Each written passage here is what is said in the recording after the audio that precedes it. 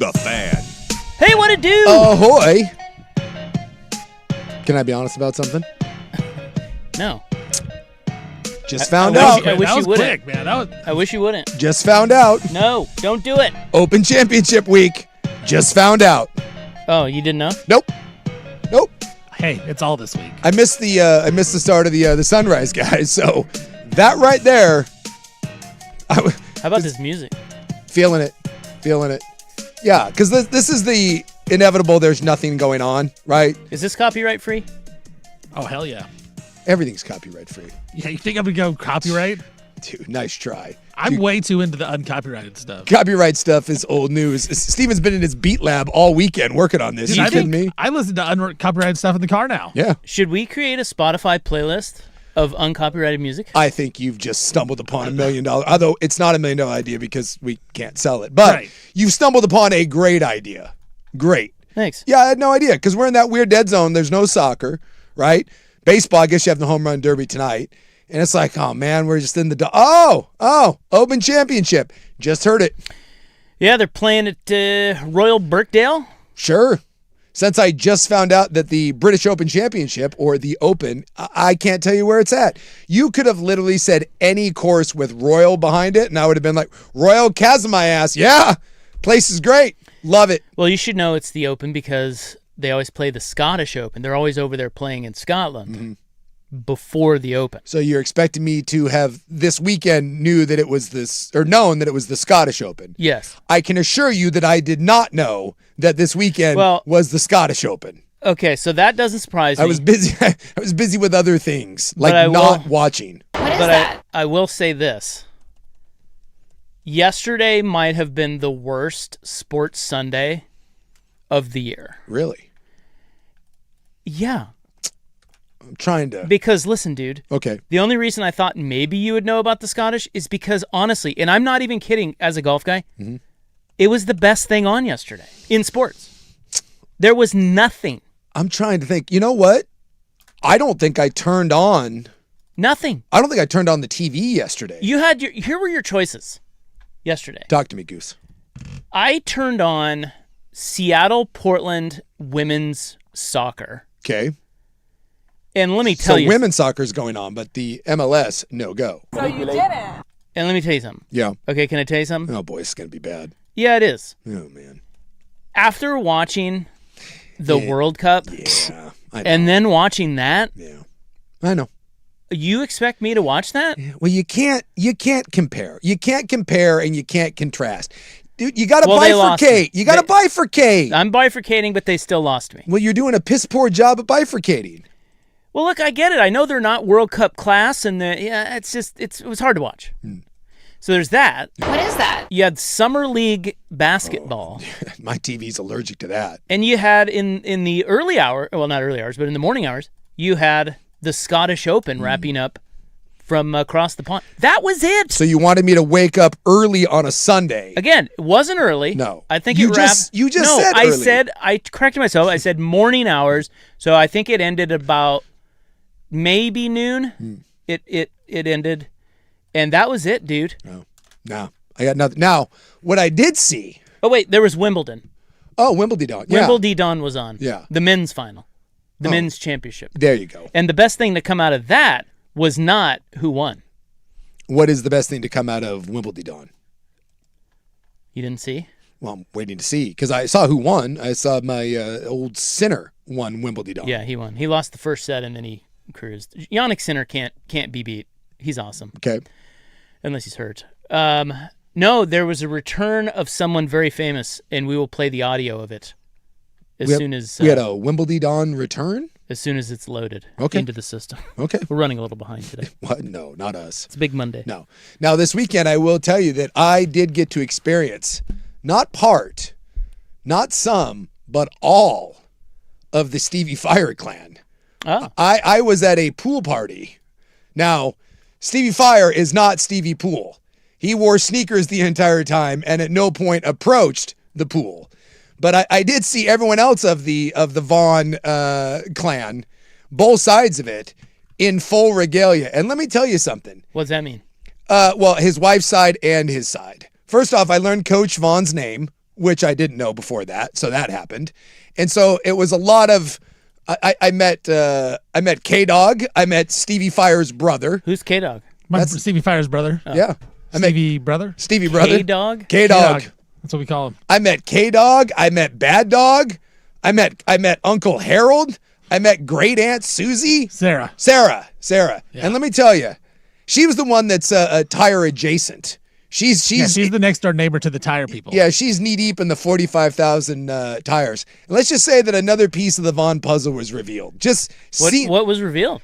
Boy, what did we learn? It's an interesting cast of characters. You show up to a Vaughn party, just buckle up. There's a lot of things going on. Now, in fairness, this is Coach Vaughn's side of the family. Yes. So they're not actually Vaughns. But I met you. But a lot of Vaughns were there. Yes, there were Vaughns there. There were Vaughns there. Most of the shady characters, though, are on the other side, I will say. Us Vaughns, we keep our noses clean. Wait, most of the shady characters are on her side. Her side. So it was at her uncle's house. What would they say about that? I think they'd agree with that. I think they. Yes. I think they'd be proud of that comment. Upon entering said soiree, it was a lovely birthday party. Upon entering, I sat down with Uncle Harold, and within 2 minutes, Uncle Harold had to tell me about his balls. We were right into hot testicle talk, and What? he's That's par for the course. it's part yeah he's got big balls, and apparently there's issues with sitting on them. I wasn't prepared for it. I wasn't prepared for that lighthearted conversation. And then Uncle Harold was ripping a cigar, and I was like, we're doing cigars. I'm like, I've got some in my car. I'll go. He's like, no. So he goes and procures me a cigar, but he doesn't. He just hands me the cigar, and I was like, oh, do you have a cutter? He didn't. He just stared at me. It was almost like the sheer indignant nature of me asking for a cigar cutter. It reminded me when I was in Scotland and I asked for a cold beer, and they don't even bother to respond. They just stare at you. And I was like, oh, do you just bite them? And he just looks at me and goes, yeah. That's what Uncle Harold is bringing to the table. Giant balls that he sits on, and don't you dare ask for a cigar cutter. And then he gave me the world's oldest Bic lighter, which took me probably 10 minutes to light the cigar. And when did he pull it out of the flower pot? Because people, yes. Yeah, he keeps those in the flower pot. Yeah, he just reached into the flower pot. No. And it was a little windy, and so then I suggested, I was like, well, I have a torch out in my car as well. And he again stared at me and is like, why would you use that? And I was like, well, sorry. I'm less of a man for not sitting on my giant balls and trying to ask for a cigar cutter and a functional lighter. Now you have giant balls? No, I'm less of a man because I don't. I'm actually shocked he didn't just kick you out at that point. Yeah. And then it's a road game for you. And then after that, we became fast friends. We bonded. It was a scene. I loved everything about it. Some of the nicest people you'll ever encounter, but certainly, like if you were to, if there was a reality show, I think you could follow that side of the family and you'd be fine.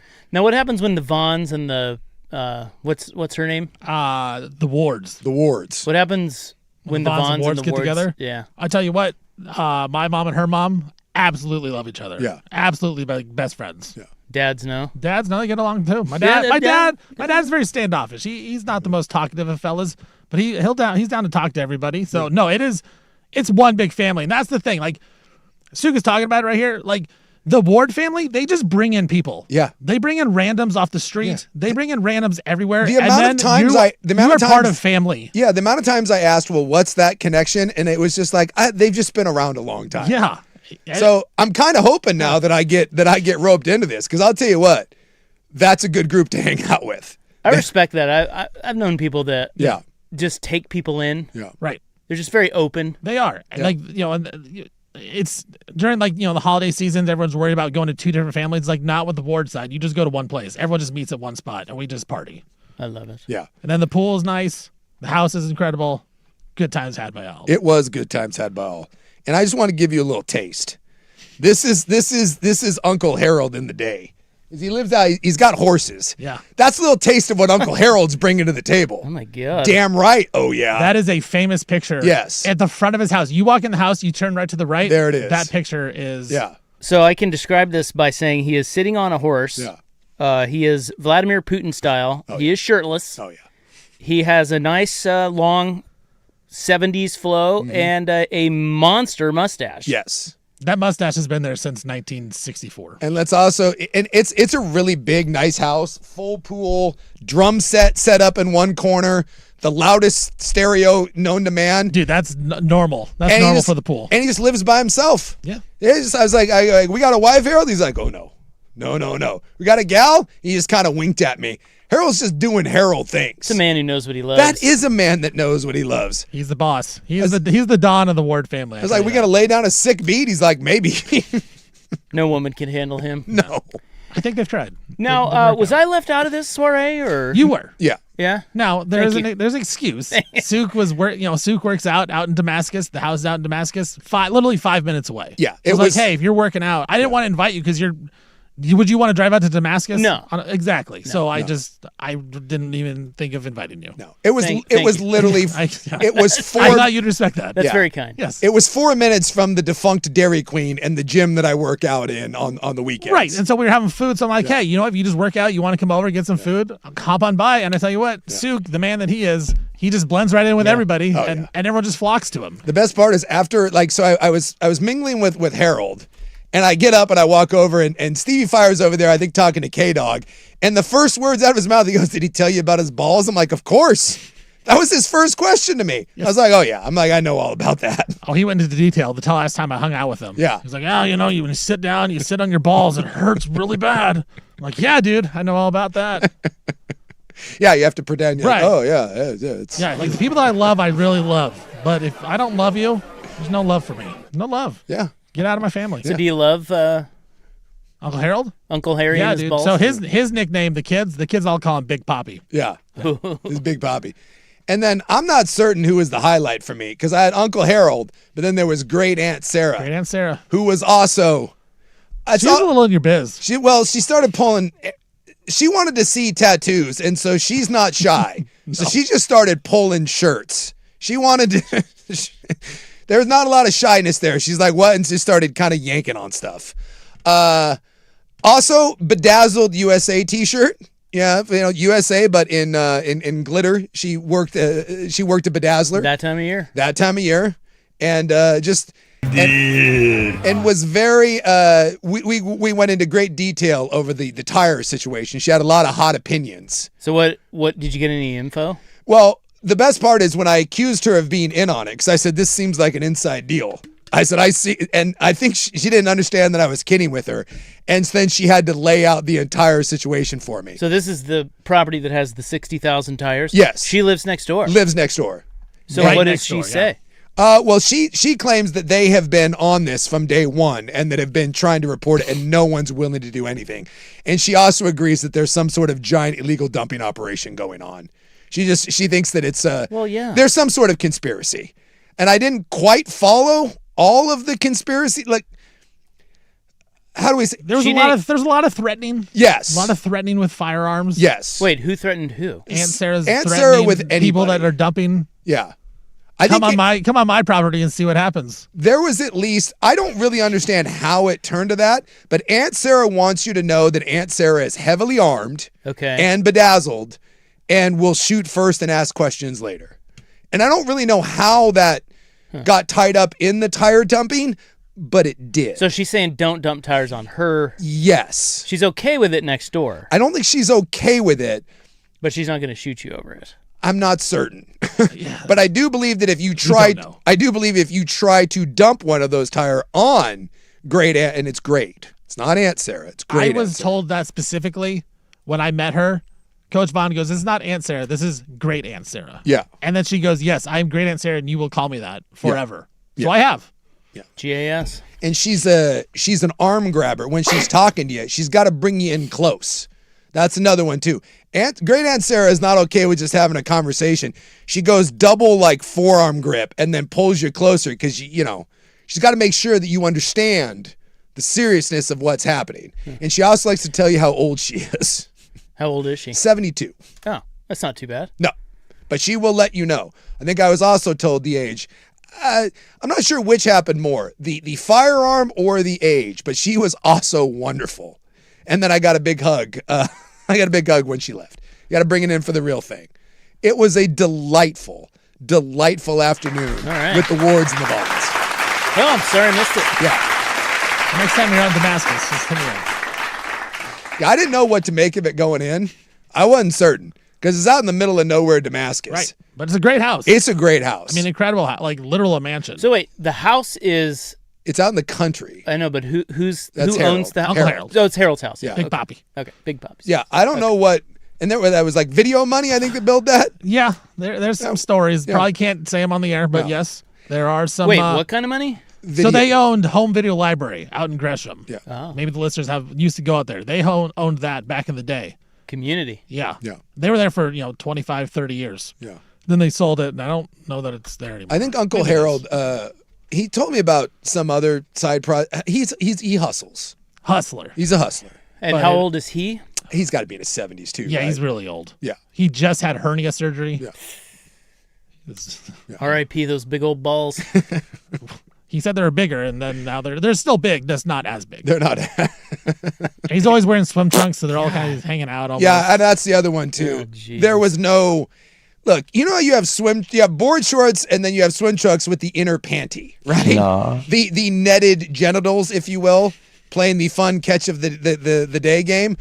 I'll tell you right now that Uncle Harold, there's no netting in those swim trunks. He also has been the tannest person I have ever seen Yes. in my life, Yes. always. Yes. And I guess he's always been this way. His skin is literally like leather. It's leather. I've always wondered about people like that. You see them at pools Yeah.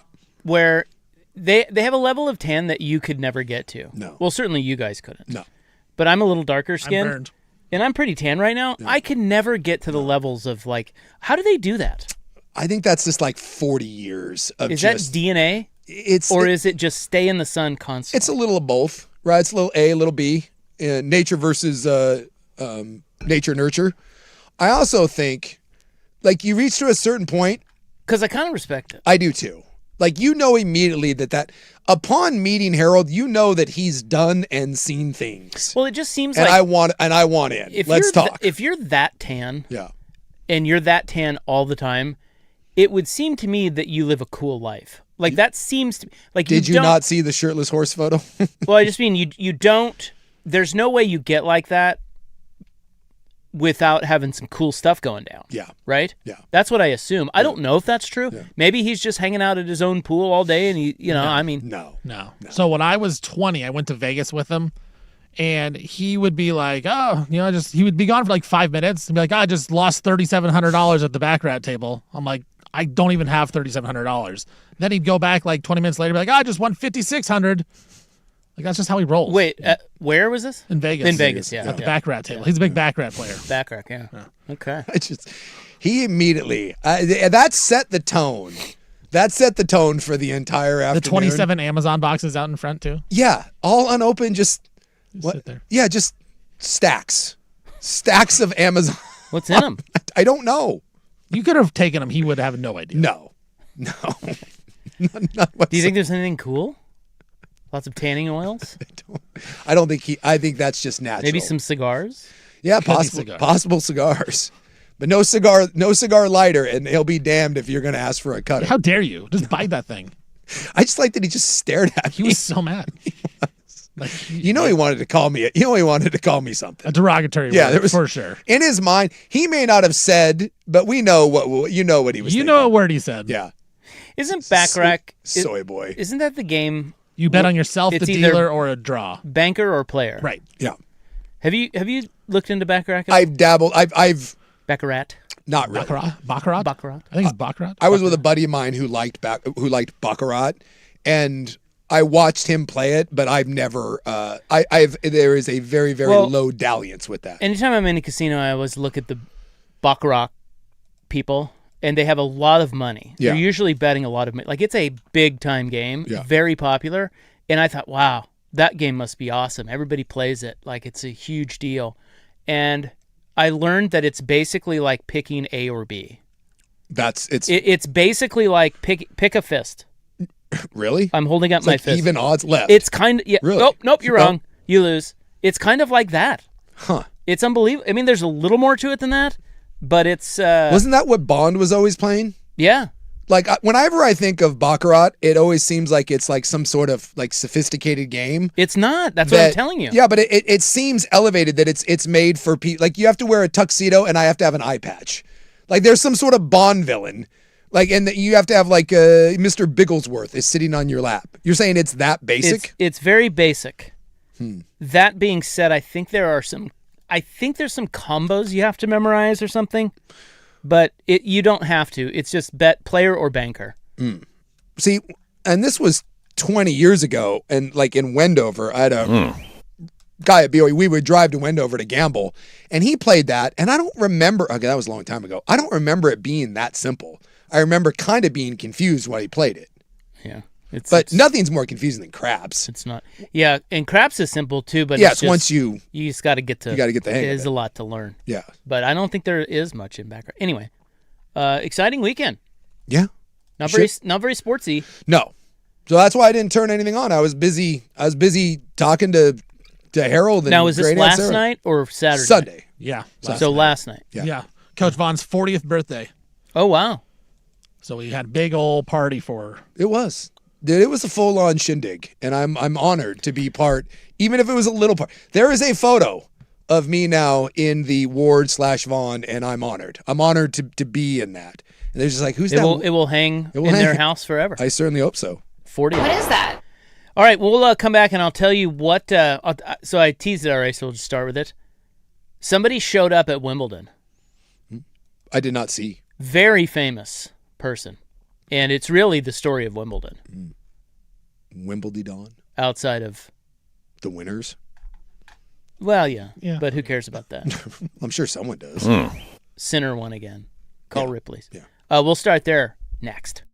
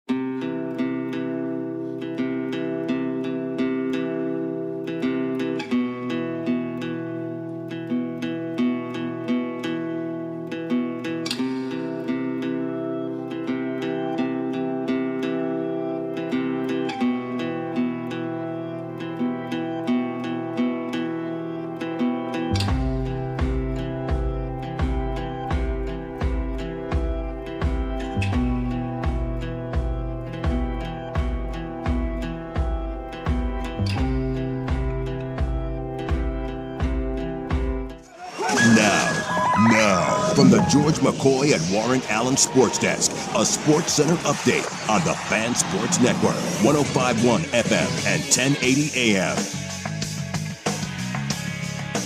First on the Fan, World Cup coming down to an end. Semifinals are set. It's going to be France taking on Spain. That match is going to be tomorrow. Kickoff at 12 o'clock.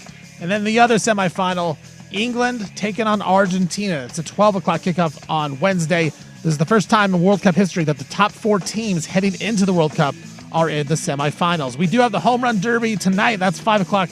This is on Netflix. Couple new rules in this one. All 8 participants are going to compete in an open first round, top 4 advance, and then it'll be head-to-head seeded bracket. No bonus rounds or timeouts. Kyle Schwarber, your betting favorite, as the Home Run Derby is in Philadelphia.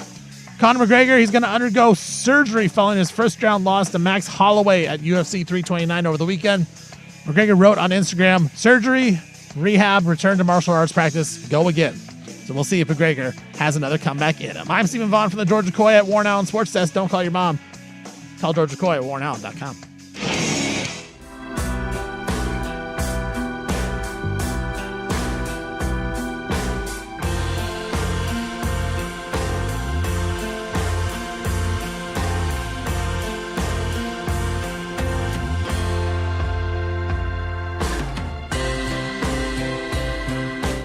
Brad Boxberger opening prattle.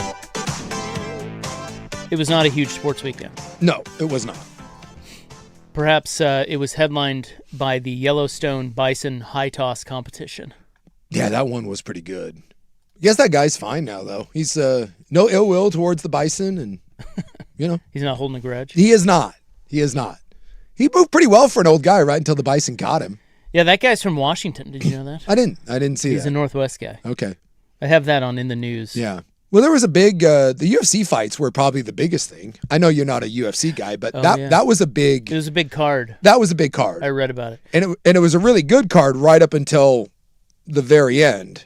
I mean. Well, yeah, because Conor McGregor got hurt. Yeah. So is he a UFC fighter now? Is he actually? He always has been. Oh, no, wait. I was thinking he was a boxer. No. Never mind. No, he only did the one boxing match. That's right. Made a bunch of money and then right. walked away. But he's old now. Yeah. And so he hadn't fought in like 5+ years. But he is he is the biggest star. He's certainly not the best fighter, far from it. But he is the biggest star that organization had ever had. So him coming back after 5 years and was fighting another kind of little over the hill, but another Hall of Famer, that was a big deal. And I mean, it was palpable. I think he was slated to make 15. Well, he did 15 mil. And those fighters don't get paid that much. He is the guy. And it was over in, 20 seconds, 30 seconds. Came out in the first kick and blew his knee. But he was a big underdog anyway. Yes. I saw because I follow the lines sometimes if it's names I know. And that guy was supposed to kick his ass. No matter what. Well, McGregor hasn't won like a real fight in 6 years. Right. It's been since 2020. He hasn't stepped in the ring in 5, and he's coming back from an injury that you don't really come back from, especially at that age. See, even I can recognize, and I know nothing of UFC. Yeah. Even I can recognize that they have a problem because their headline fights are Paddy Pimblett and Conor McGregor.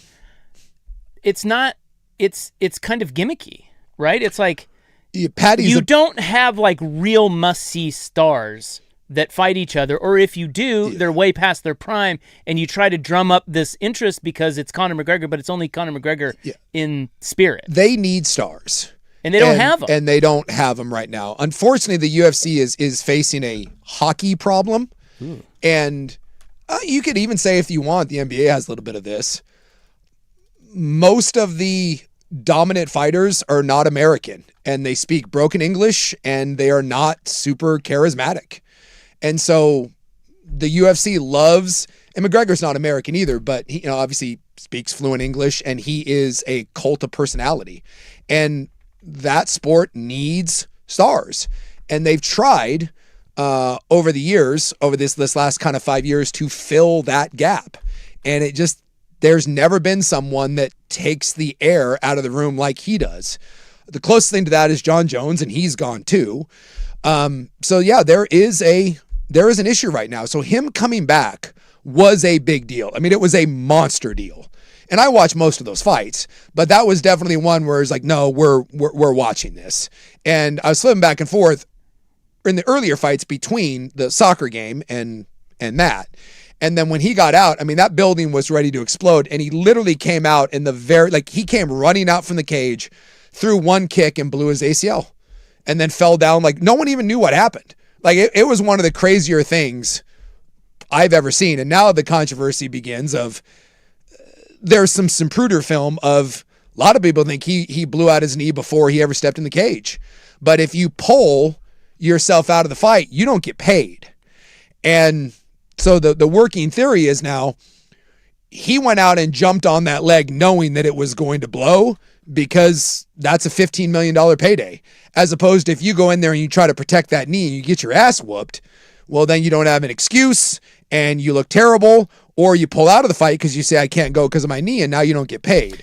And the Vegas bettors now are obviously pissed, people that bet on him, and we'll never know. We'll never know the truth, but maybe that's why he was such a big underdog. It's possible. I mean, it's not a good look. It's a bad look for the UFC when this was supposed to be like the return of your biggest star.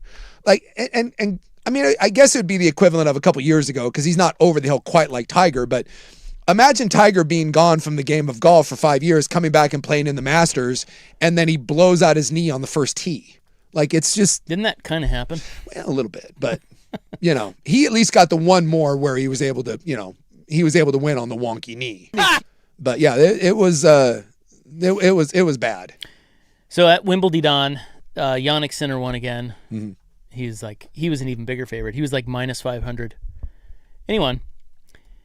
But the real story is who showed up. And I can't believe you didn't hear about this. No. So who do you think showed up at Wimbledon that has stolen the show? He's British. He's British? A British guy stole the show? I have no idea. I got to find the audio here on the fan, and there it is. It is none other than the official return of Ali G. Oh, I did see that. That's what you were teasing? Yes! Oh, my God. Listen to this. Oh, okay. Yeah, I saw that Ali G was back. I guess I didn't put the two and two together. Oh, my God. So that's Sacha Baron Cohen's and that was his character. first character. Yeah, so he's back. Apparently, he's filming a new movie, or has already filmed a new movie. And so he showed up at Wimbledon in character as Ali G. He was at the final, and he posted this video. I was at the men's singles in Wimbledon, which actually, despite its name, ain't a party for gaylords. It's like the World Cup, something called tennis, which is like a crap version of ping pong. Them say that tennis is better played on grass, which is why I intend to sell as much of it while I is here. So if you want some herbal remedies, me has got anything you want. Berkshire Kush, me got some homegrown eyes in row HC 329. There ain't any brothers here, so it'll be easy to find me, innit? Respect. Yeah, I saw that he was wearing a Wimbledon outfit, Yeah. but instead of the Wimbledon logo, it's a weed logo. Well, his jacket was great. Yeah. It says official ganja dealer of the championships with a Z. And then it's got a giant leaf in the middle. Has enough time gone by? Because the whole point of Sacha Baron Cohen's bits is like when he's out and about, people don't know it's Sacha Baron Cohen. This was his original character, but it's probably 20. Oh, so I am guessing at a crowd like that, there aren't that many people that know who that is. So he can, yes. Enough time has passed that he can go back to being Ali G. I mean, I'm sure there are some people, and plus, like I said, he's from there, but I guess he was handing out joints. Was he really? Yes, and people were complaining because he was handing them to kids. Oh, really? Well, that's the report. That can't be. I would imagine they didn't really have weed in them. No. Because I don't know how because they're real stuffy there. I don't know how they would even let him in if that were good. Is weed legal in Britain now? I don't think they're that high on it like we are. Because I know a lot of places, like it's still kind of a big deal. Like it's not open like But he posted a bunch of other videos like talking about how tennis is mad boring And he posted his, like he said, his seat number, and he was like, "Hey, come get some ganj." Yeah, it is. It's illegal for recreational use in England, but you have to have a prescription. So it's like we were, well, actually, probably a lot of states are still like that. So clearly there wasn't real weed in those, but yeah, Ali G came out 26 years ago. If you want to feel old, and there's a movie, and it did terribly, and I think he's doing another one. I just remember the HBO show. Like the first time I was familiar with Ali G, but I didn't really know anything about Sacha Baron Cohen. Sacha Baron Cohen came on like the scene for me with Borat, and like that. And then after that, then he had Bruno. He did another Borat. Are those his only? I think those are his three kind of, because he does other movies like Talladega Nights. But I think his three main characters that he did where he kind of does incognito stuff are Bruno, Ali G, and he plays the Admiral General. Oh yeah, the dude is that the dictator? He's a dictator, yeah. I'm sorry, that movie is criminally underrated. The Dictator is funny. I don't know how well that did, but that is the first 30 minutes of that film are fantastic when he actually gets to do the dictator stuff. Yeah, apparently he's also got Aaron Murad, an aggressive Israeli anti-terror expert, and Dr. Nira Kane Ndekacello, a hyper-liberal, overly apologetic college professor used to expose the extremes and hypocrisies of left-leaning individuals. I don't know. Yeah, yes, his main characters are Ali G, Borat, and Bruno in the Admiral General. Yeah. He's fantastic. He is fantastic. And that movie did nothing. The first Ali G movie did nothing. I would imagine this one probably is the same, but he's filmed it, and now the best parts is going to be him going around as Ali G, interrupting things like Wimbledon. Well, he gives you how do I put it? It's just the reaction to real people thinking that's he's real is kind of shocking. Like he exposes. Well, that's like when he didn't he go into the South and do a he went and did he did the wrestling thing where he Gay Dave, I think it was. He goes into like the deep South and does a wrestling thing where they start making out with each other and they bout, like he literally says he was scared they were gonna like tear the cage apart. I'm gay. I think he went into an Arizona honky tonk and did karaoke, and he did a song called "Throw the Jew Down the Well." Oh, I remember that. And it's really uncomfortable because it's just a bunch of people in a bar, like country bar, and everyone starts singing along, and they love it.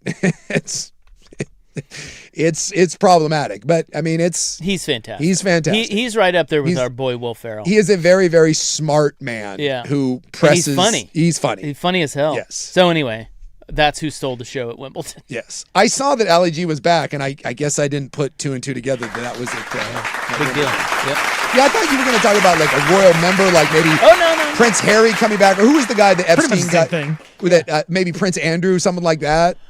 Oh no, I think he's been shamed out of the country now. Well, that's why I was wondering. It's like who could have like the ghost of Princess Di? Like I'm back, or nope, the great Ali G. Yeah, that's how good of a sports weekend it was. Exactly.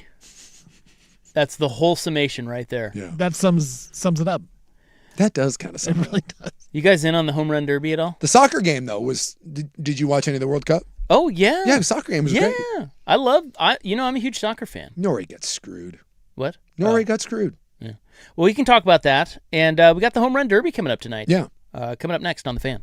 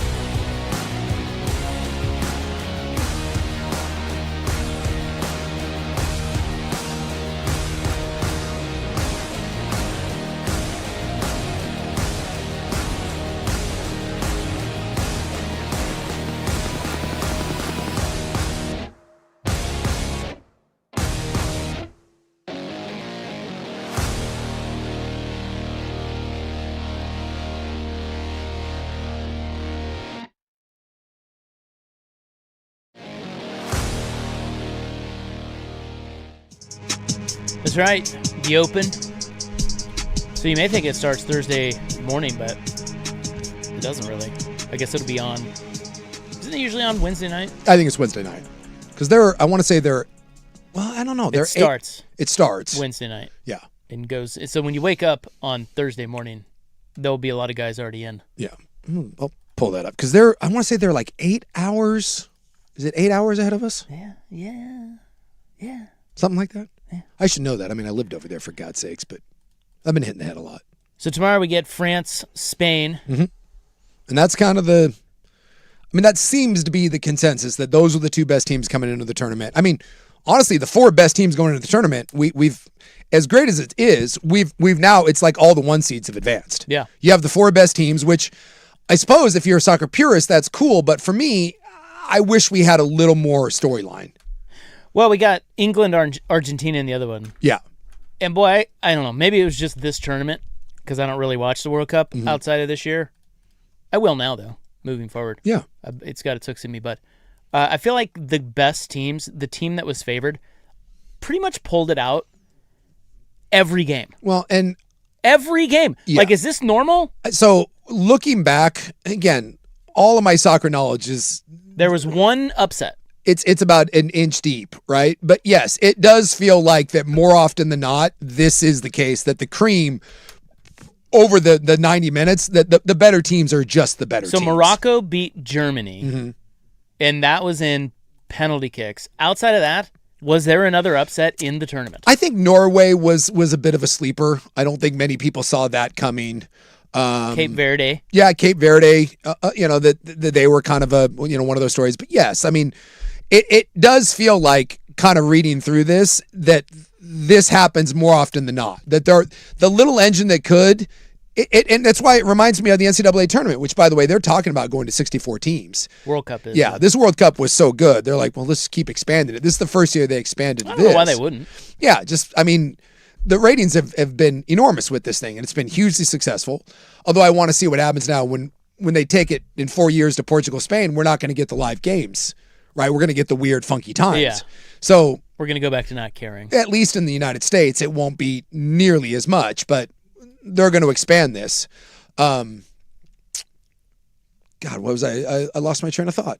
Well, it was all the favorites. Yeah, all the favorites. Yes. That it's like the NCAA tournament. So this is the way it works. In the NCAA tournament, you may get some people that get to the Sweet 16 or the Elite Eight, but when we get to the Final Four, what's usually there? 1s and 2s. Yeah, because there were some tasty numbers on some underdogs. Yeah. But I got burnt so many times taking them that I just stopped. Yeah.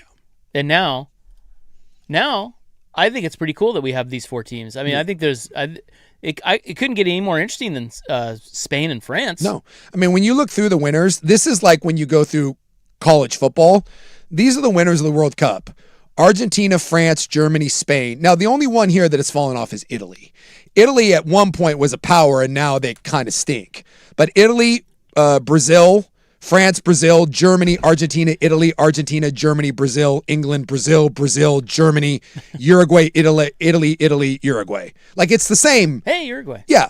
And they won the first 2. It's just interesting how it's the same teams. It's interesting how these teams, they'll give them a tussle, and then just in the end, the better player on the best team almost always finds a way to score. Yeah, it's just really it's uncanny. Yeah.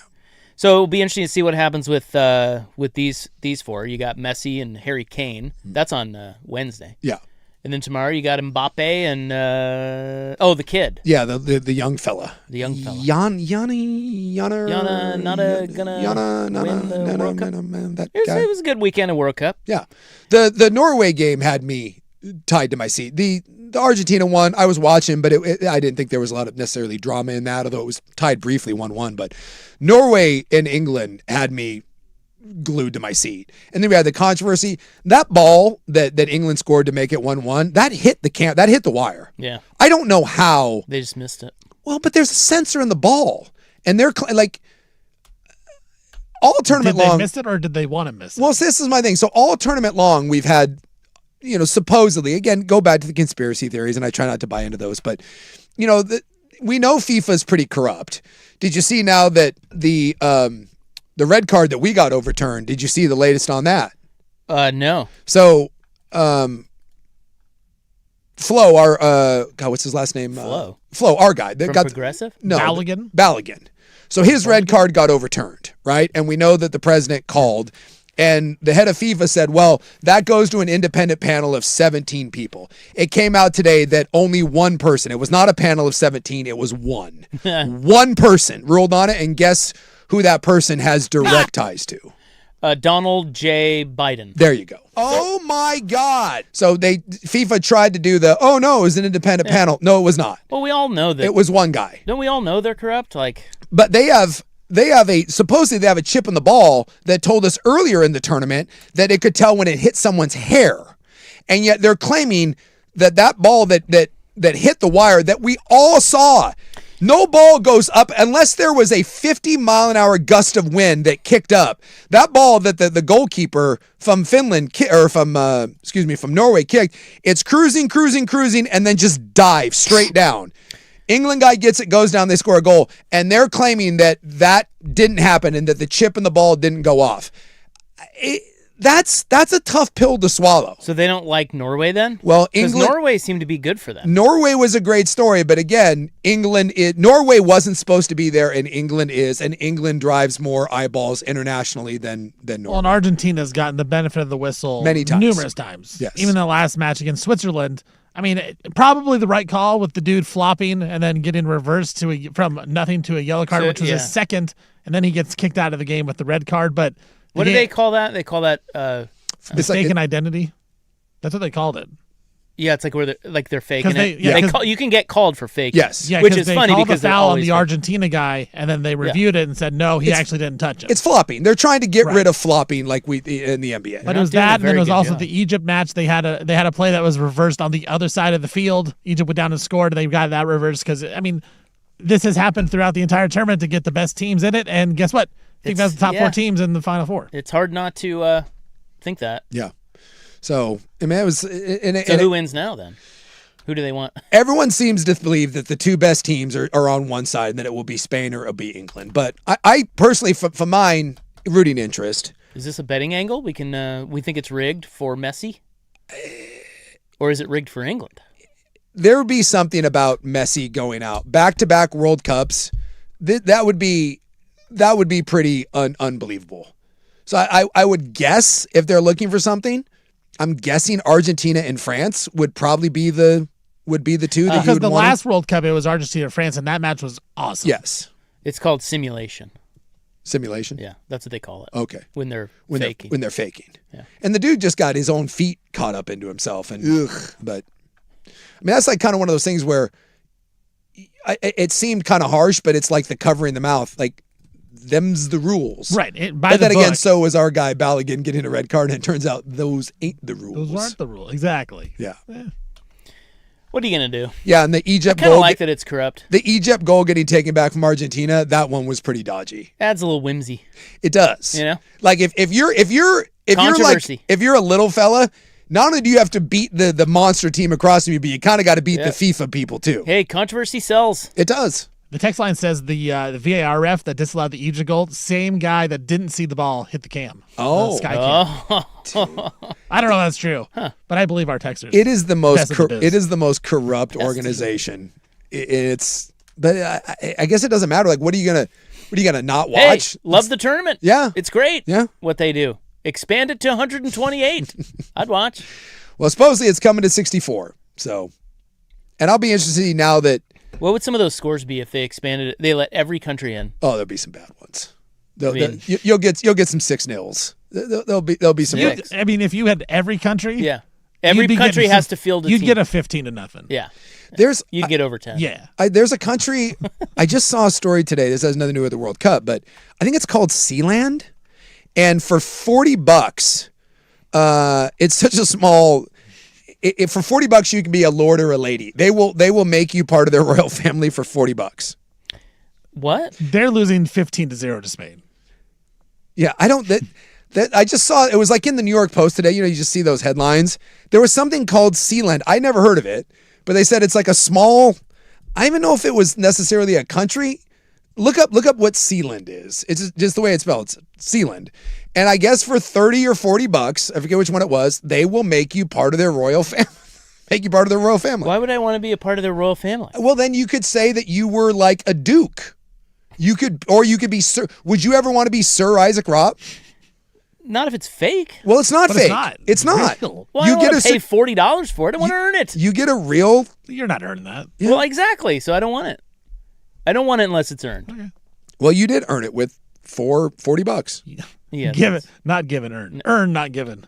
Yeah. Yeah, I see it here. Yeah, 60 Minutes did a piece on it, I guess. I guess it's the world's smallest. I saw that. Yeah. Yeah, it's like just a house in the sea. It looks like here that it's in the North Sea and it's like on a platform. Yeah. But it's like on an old. But it is a country. They call it a micronation. Yeah, it's like maybe the size. What is that? Probably 30 yards wide, 10 yards. It says that it was in 1967. It was founded as a sovereign principality on a military fortress 7 miles from the eastern shore of Britain. It's a micronation. Yeah, micronation. So, I mean, technically, I guess you'd be part of you're in the UK, right? Well, you don't have much tourism, so you know, charge people $40 and they can knight them and make some money for the country. It's like the Packers. Got to eat. Whoever lives in that thing. It's on a sandbar, so you can walk around the base of it too. Hot. Yeah, I don't know. Yeah, they could play. Yeah, why not? I think they'd have a tough time. What if they got so many knights and what'd you call it? I think lords and ladies or whatever it is. I think I might be able to make that World Cup team. Yeah. Well, just go pay for all the Nigerian guys. Well, that's what I'm saying. What if you got so many lords and knights that you raised so much money that you just bought all of the other players and you became the best team in the tournament? Mr. Beast needs to buy a country and then just buy players. There you go. When we were going down to Beastville. What else? What else is he doing? When we were going down to the Netflix thing, my Uber driver was Nigerian, and he was all about the World Cup. So we were talking about it, and he said, "You've been watching?" I was like, "Yeah," and he told me, I think he said there was 23 or 24 players in the World Cup from Nigeria not playing for Nigeria, and so he's like, "We have the best team in the world. We just can't keep any of them." He's like, "It's so corrupt that everyone just leaves." But that's their thing. And Balogun, the red card U.S. guy, he's Nigerian. So he's like, if we just keep our players, he's like, we'd be great, but we can't keep anybody. The other nations just come buy it. They buy the players. So if everyone else can do it, why can't Sealand? All right, the Gobbler is next. Let's get into some college football. We also have our Stock Watch here on a Monday next.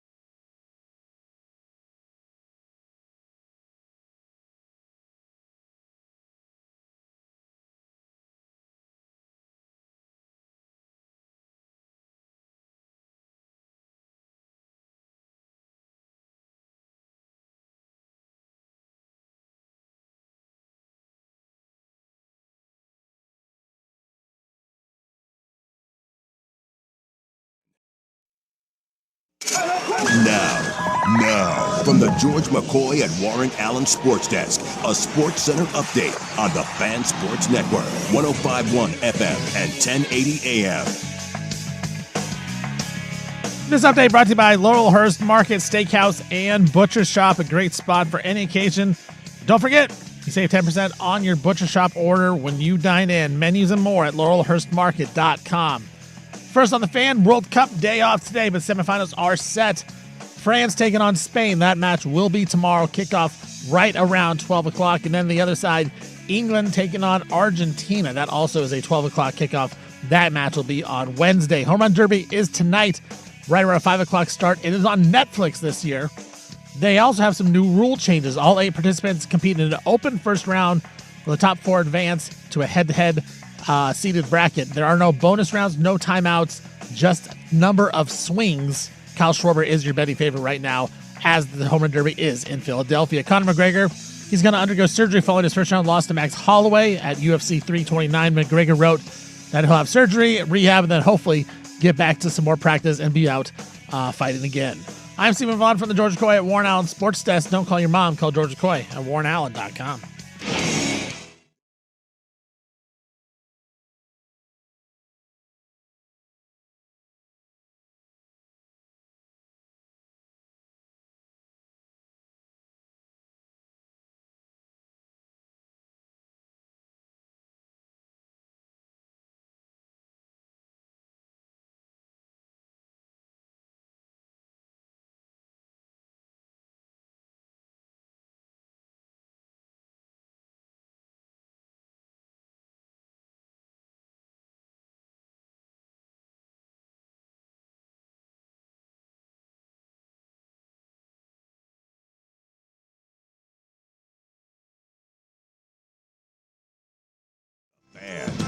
All right, welcome back to Hour 2 program, Monday. Home Run Derby. About to get started. Well, actually, I don't think it is. Yeah, I got to flip over to... I think it's like an hour. Netflix? Yeah, you got to log into Netflix. It's on Netflix. Do we have Netflix on here? New format. I did not in here. I just signed into my own. Yeah, I've signed into my own as well. You guys know your Netflix logins? I just have it saved on my phone. No, you just scan. Or else I would have no idea. Yeah, I scan the QR code, but then you have to sign in.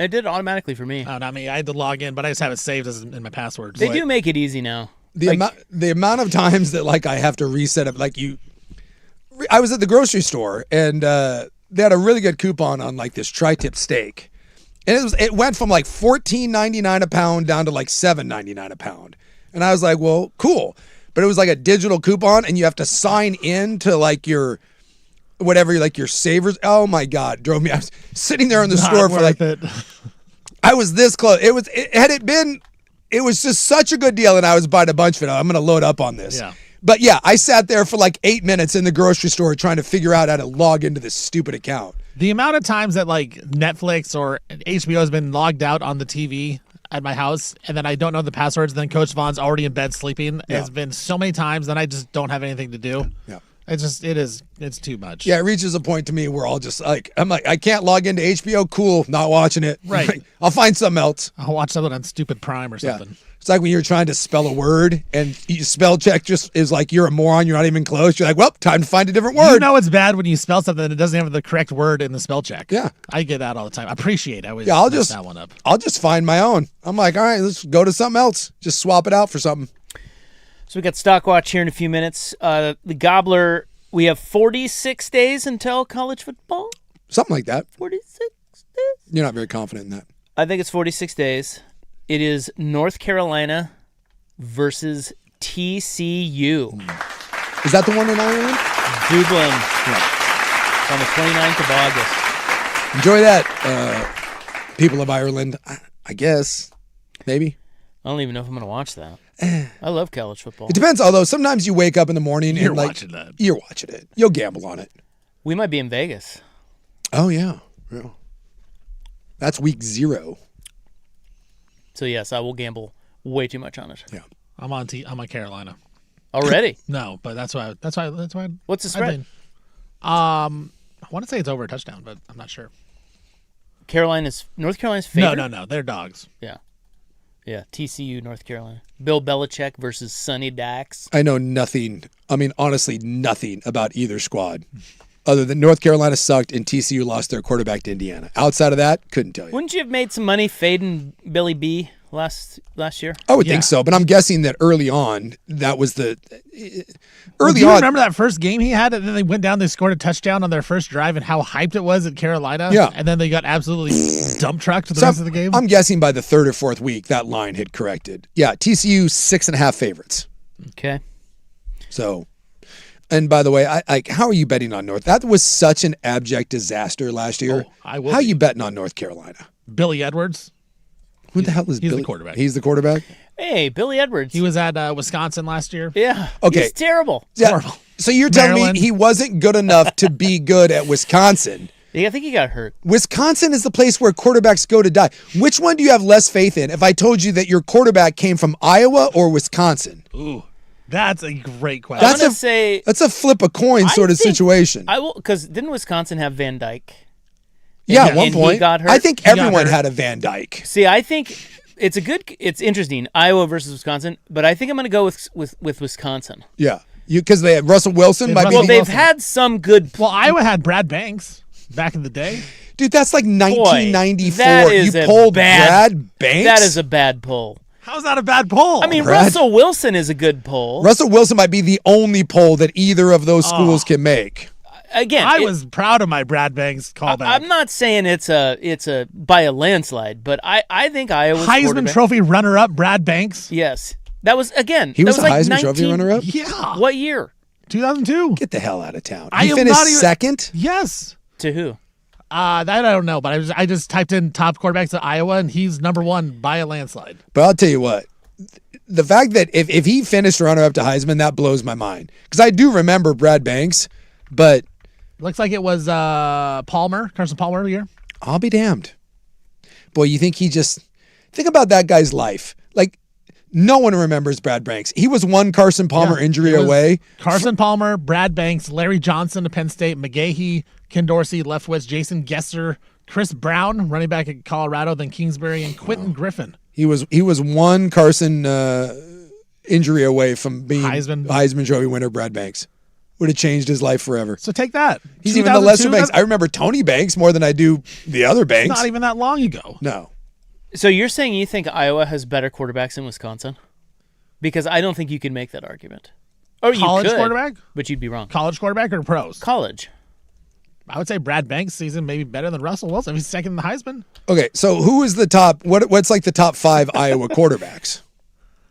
Nobody you've ever heard of. It was Chuck Long, We know Chuck Long. Randy Everyone Duncan. knows Chuck.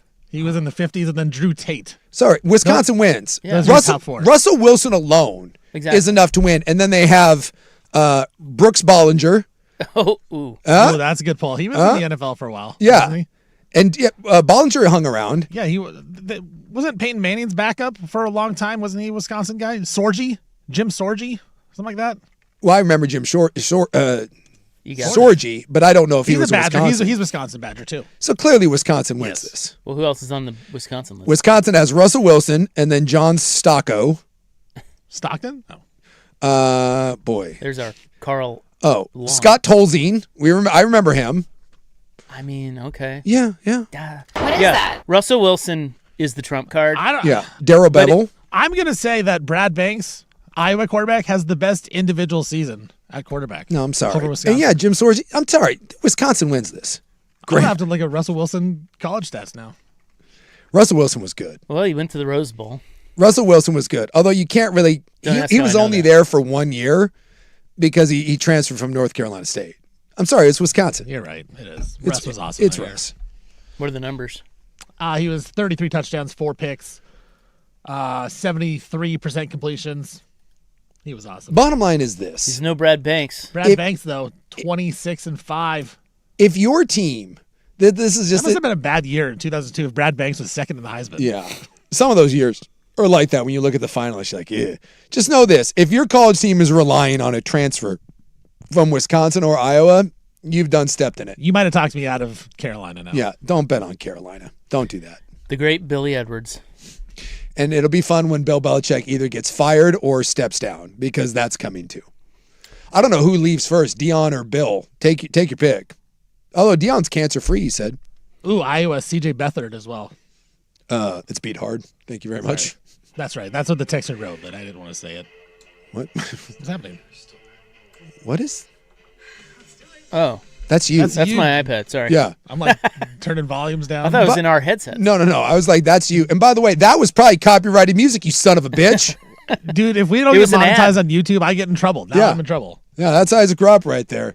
Playing underground bootleg non-copyrighted music while we talk about Jim Sorgi. My God. It looks like an ad for Shopify, so I'll go ahead and give them a plug. There you go. Shout out Shopify. Way to go, Shopify. Yeah, Dion says he's cancer-free. It won't make a difference because he'll still resign this year for health-related reasons after they get bludgeoned about 6 weeks into the season. Yeah, I was going to say, you that's in our predictions. Let me scroll down to, we have hot predictions. I love that prediction, by the way. Our proclamations. That's the first one on there. Yeah. For 2026, is that back on February 27th, you proclaimed that Deion Sanders will step down on October 17th, citing health reasons. Yes. They will get bludgeoned by Texas Tech. And then they will go play Utah after that, and Utah will absolutely just run them over to be back-to-back weeks, and then Deion, for health-related reasons, will have to step down. And then Bill at some point will, I don't know, Bill's going to quit too or get fired. There will be a mutual parting of ways, and then his professional daywalker there will take to social media and will bash and say that it's fake news and all that other crap. Okay, you got a stock watch over there?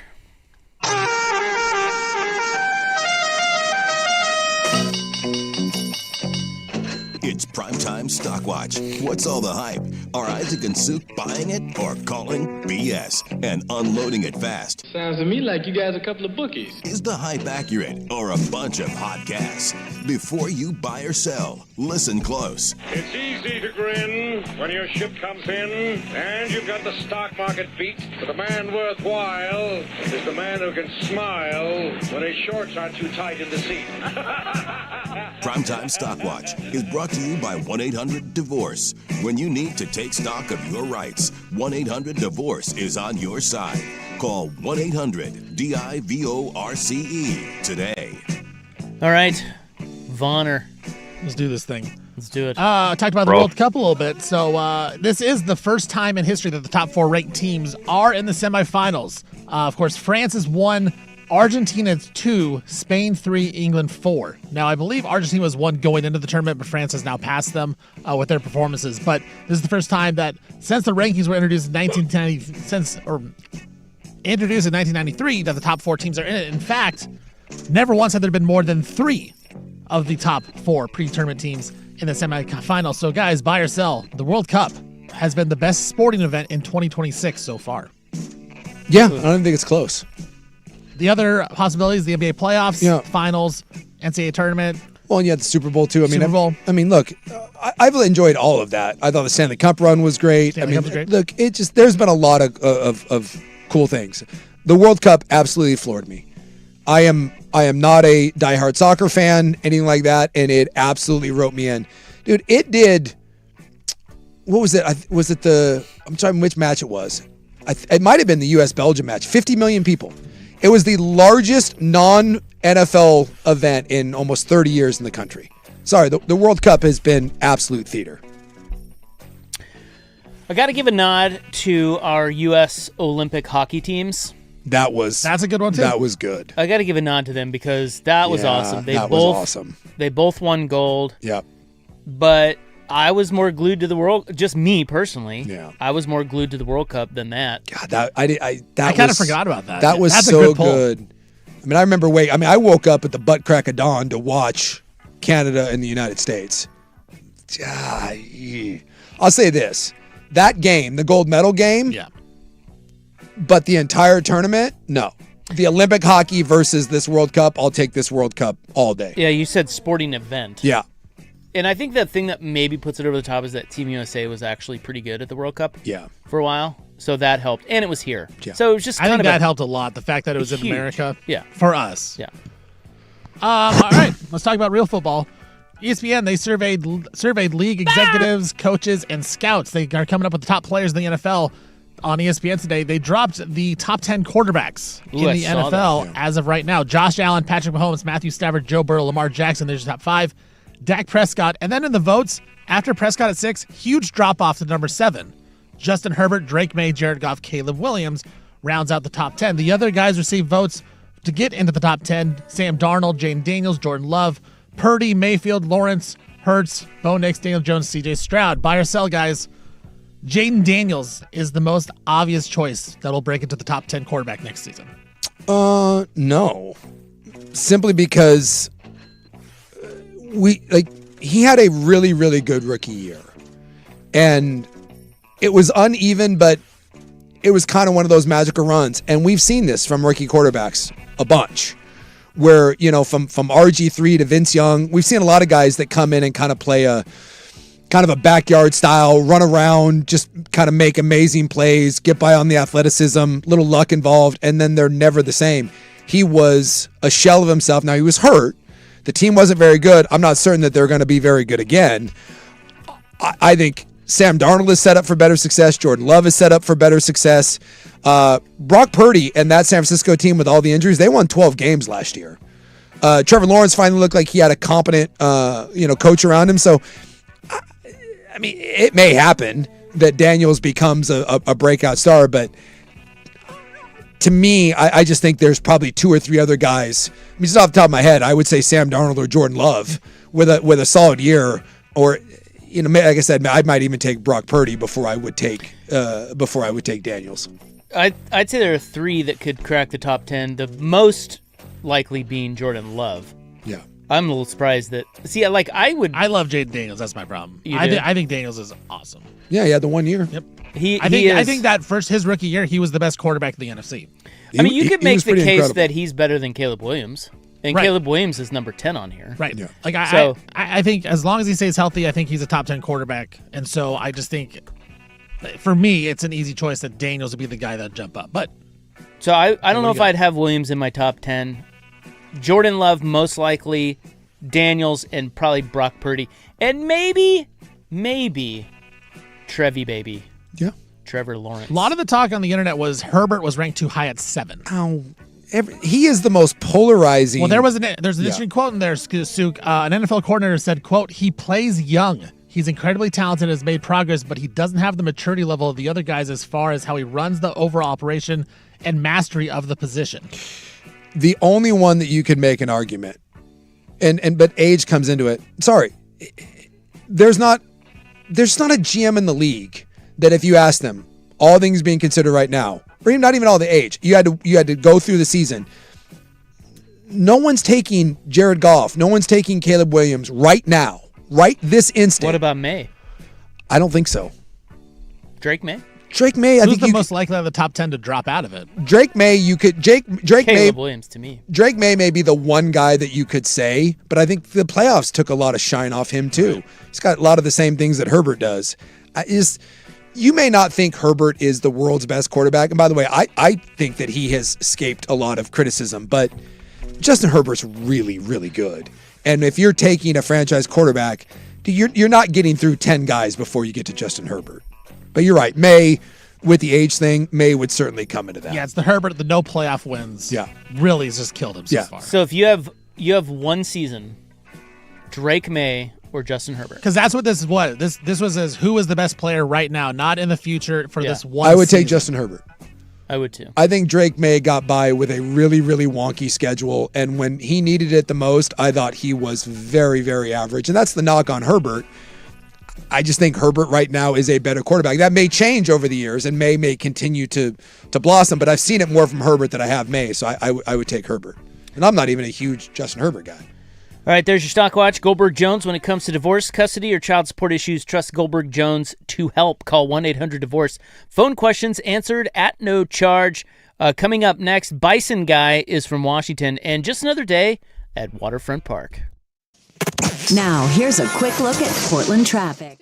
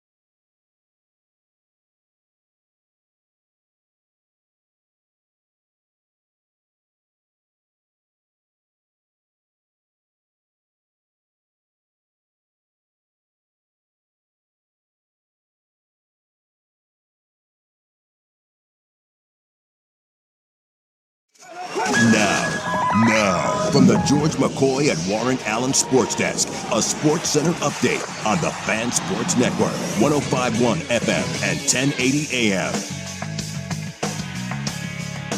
First on the Fan, no World Cup action today, but the semifinals are set. Since the matches went on over the weekend, it's going to be France taking on Spain. That'll be on Tuesday, kickoff right around 12 o'clock. And then on the other side, it'll be England and Argentina. That's a 12 o'clock kickoff on Wednesday. It's the first time in World Cup history that the top 4 seeds pre-tournament are in the semifinals. Home Run Derby tonight in about 30 minutes or so. It's on Netflix. You got some new rules this year. All 8 participants compete in an open first round. Top 4 will advance to a head-to-head seeded bracket. There's no bonus rounds or timeouts. It'll all be total number of swings in each round. Kyle Schwarber is your favorite going into it. Conor McGregor, he's going to undergo surgery following his first round loss to Max Holloway at UFC 329. McGregor wrote on Instagram that he'll have surgery and then rehab, then hopefully return back to practice to try to get back into some more fights. I'm Stephen Vaughn from the George McCoy at Warren Allen Sports Desk. Don't call your mom. Call George McCoy at warrenallen.com.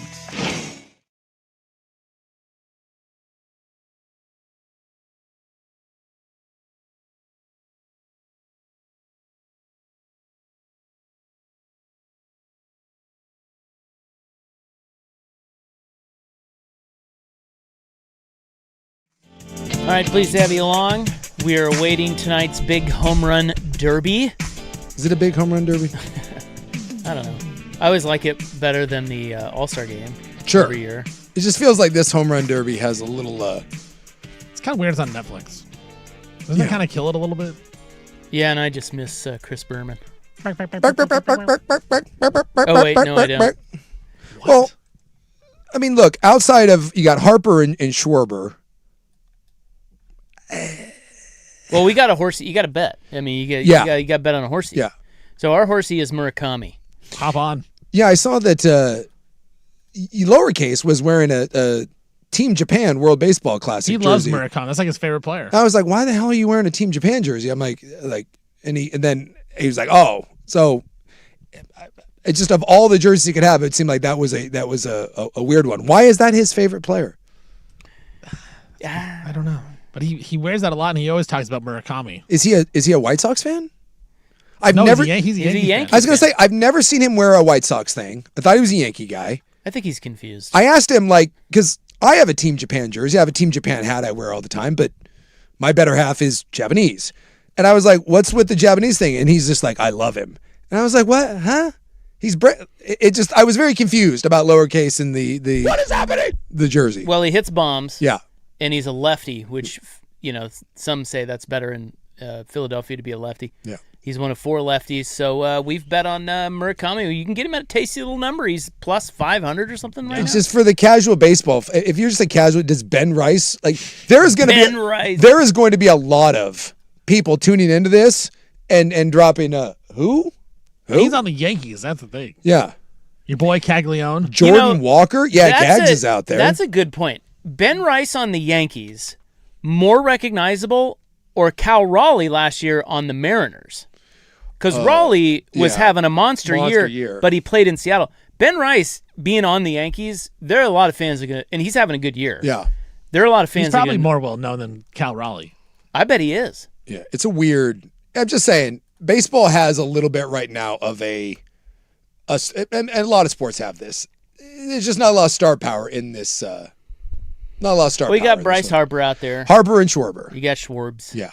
Who else is in it? Jordan Walker. Yeah, you got Schwarbs. Wilson Contreras. Yeah, Contreras. And then... my guy from the Royals. Yeah, Caglione. Cags. He's in there. Yeah, he's a big old dude. Yeah, big old hog, from what I understand. What? It is July 13, 2026. It's time now for In the News. I am your noted and humble newsman. Blip, blip. Thank you. Thank you. He's just a man. For God's sakes, everybody. He's not a piece of meat. Thank you. Yeah. It's brought to you by the Advocates, injury attorneys at advocateslaw.com. Today, French Fry Day. Oh, who doesn't love a good French fry? French fries are great. It's been a while since I've had a French fry. Favorite fries? I mean, you got to go with just the OG classic, right? McDonald's. Couldn't tell you the last time I had a McDonald's fry. They are very good. I mean, there's a reason that it's the OG. And there's probably some people that are like, oh, it's the newfangled. But of the mass-produced fries, you'd have a hard time finding a better fry than McDonald's. I wonder if we have some fry rankings out there. Let me go look. I'm sure there is. Like some people like, I mean, because you got the waffle, you got the curly, a nice crinkle cut, if you will.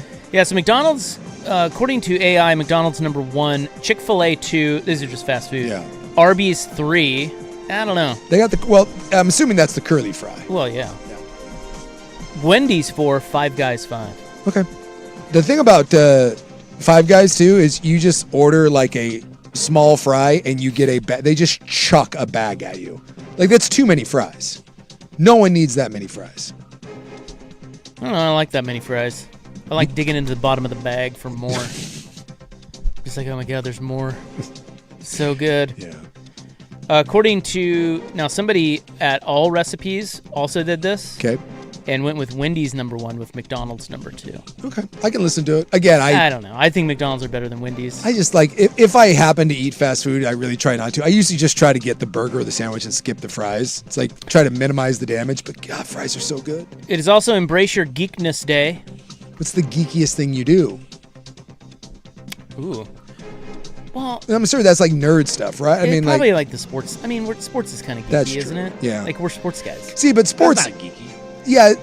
Like I collect like sports cards. That's geeky. That's more geeky than sports. But I think sports falls into a geeky category for a lot of people. It's just sports guy doesn't want to admit that it's nerdy. There's no difference between collecting Pokemon cards and sports cards. Huge difference. No, it's the exact same thing. It's just your hobby. Oh, you think there's a difference between the two? Yeah, Pokemon's stupid. Sports are cool. Yeah, see, there you you're in the sports bubble. Yeah. There are so many people that just look like, why are you so, what, they have talk shows about sports? Oh, stats and debates and vibe checks. It's dorky. Yeah. But sports kind of gets a pass because it's really viewed as very manly.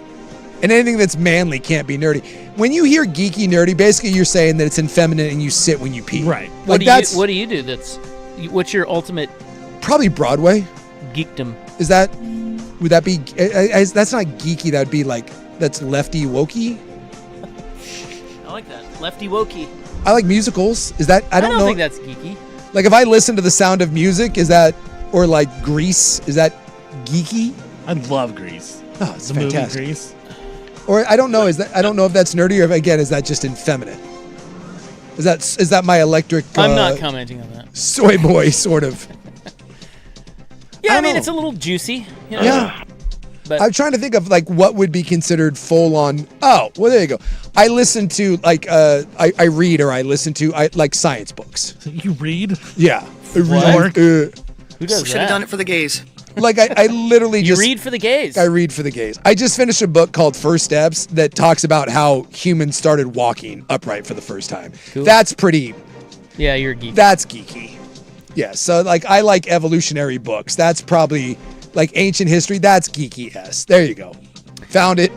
So I have equal parts effeminate. Bang. I sit when I pee and nerdy What did crap. you just say? Bang. Bang. Oh. Yeah, I thought. I just wanted to clarify. Yeah, it's like That sounded like it sounded something like there else. was a bundle of sticks. But I know you wouldn't have said that. I would never say that. Yeah, you would never say I that. don't think I've ever said it actually. Really? Yeah. I hated that word back when people Very used bad it. word. Yeah, it used to get thrown around a lot. You're a loser. Look, I still think it gets thrown around. Oh, I saw it the other day.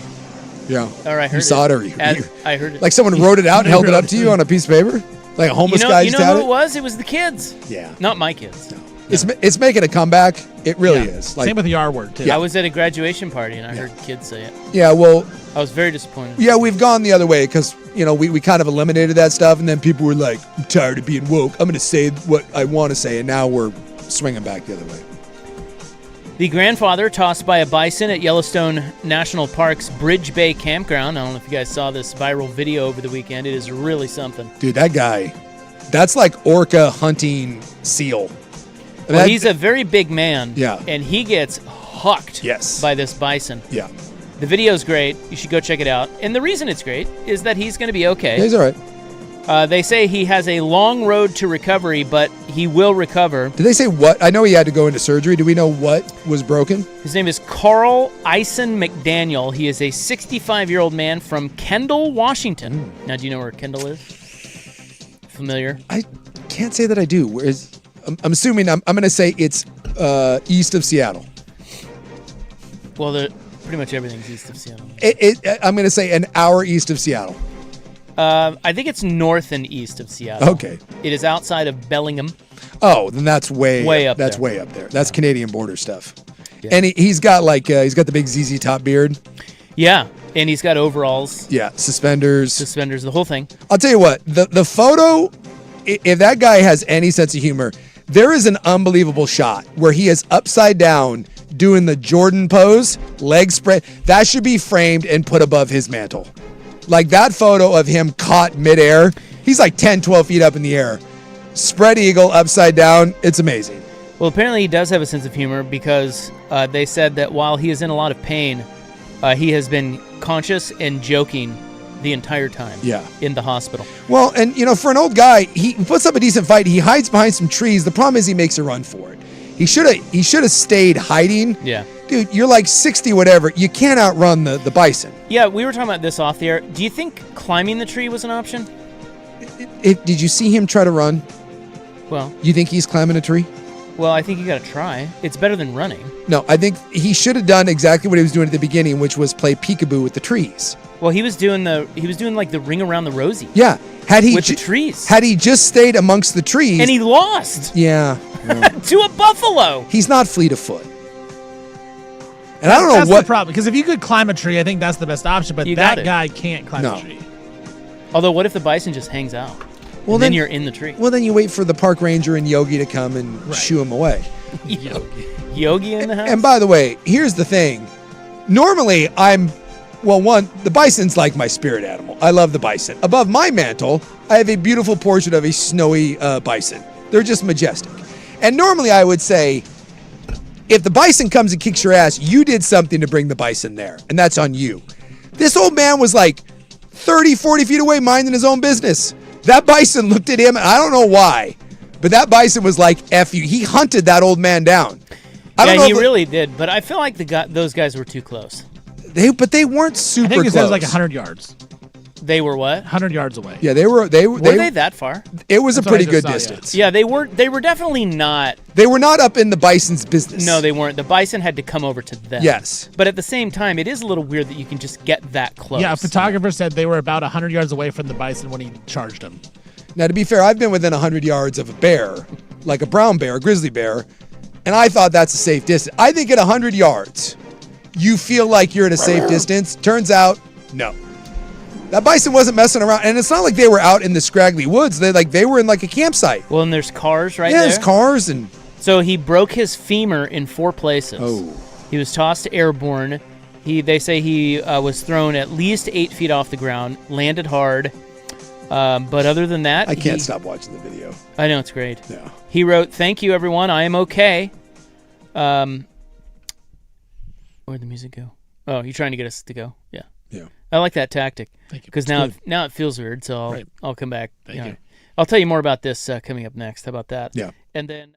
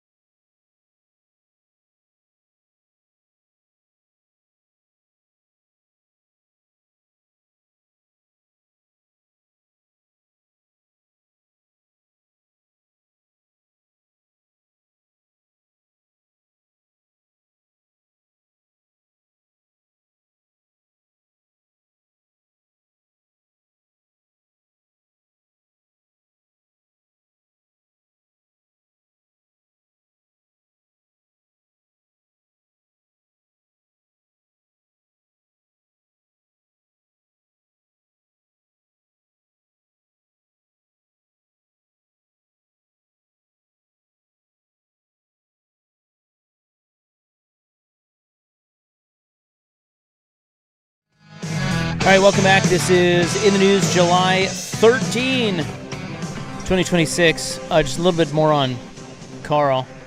Bison Gate. Yeah. So I guess he's going to get a huge GoFundMe for this, I'm guessing. Well, I guess he's a pretty cool guy. They say he's very active in his community up in Kendall. He is not a rube.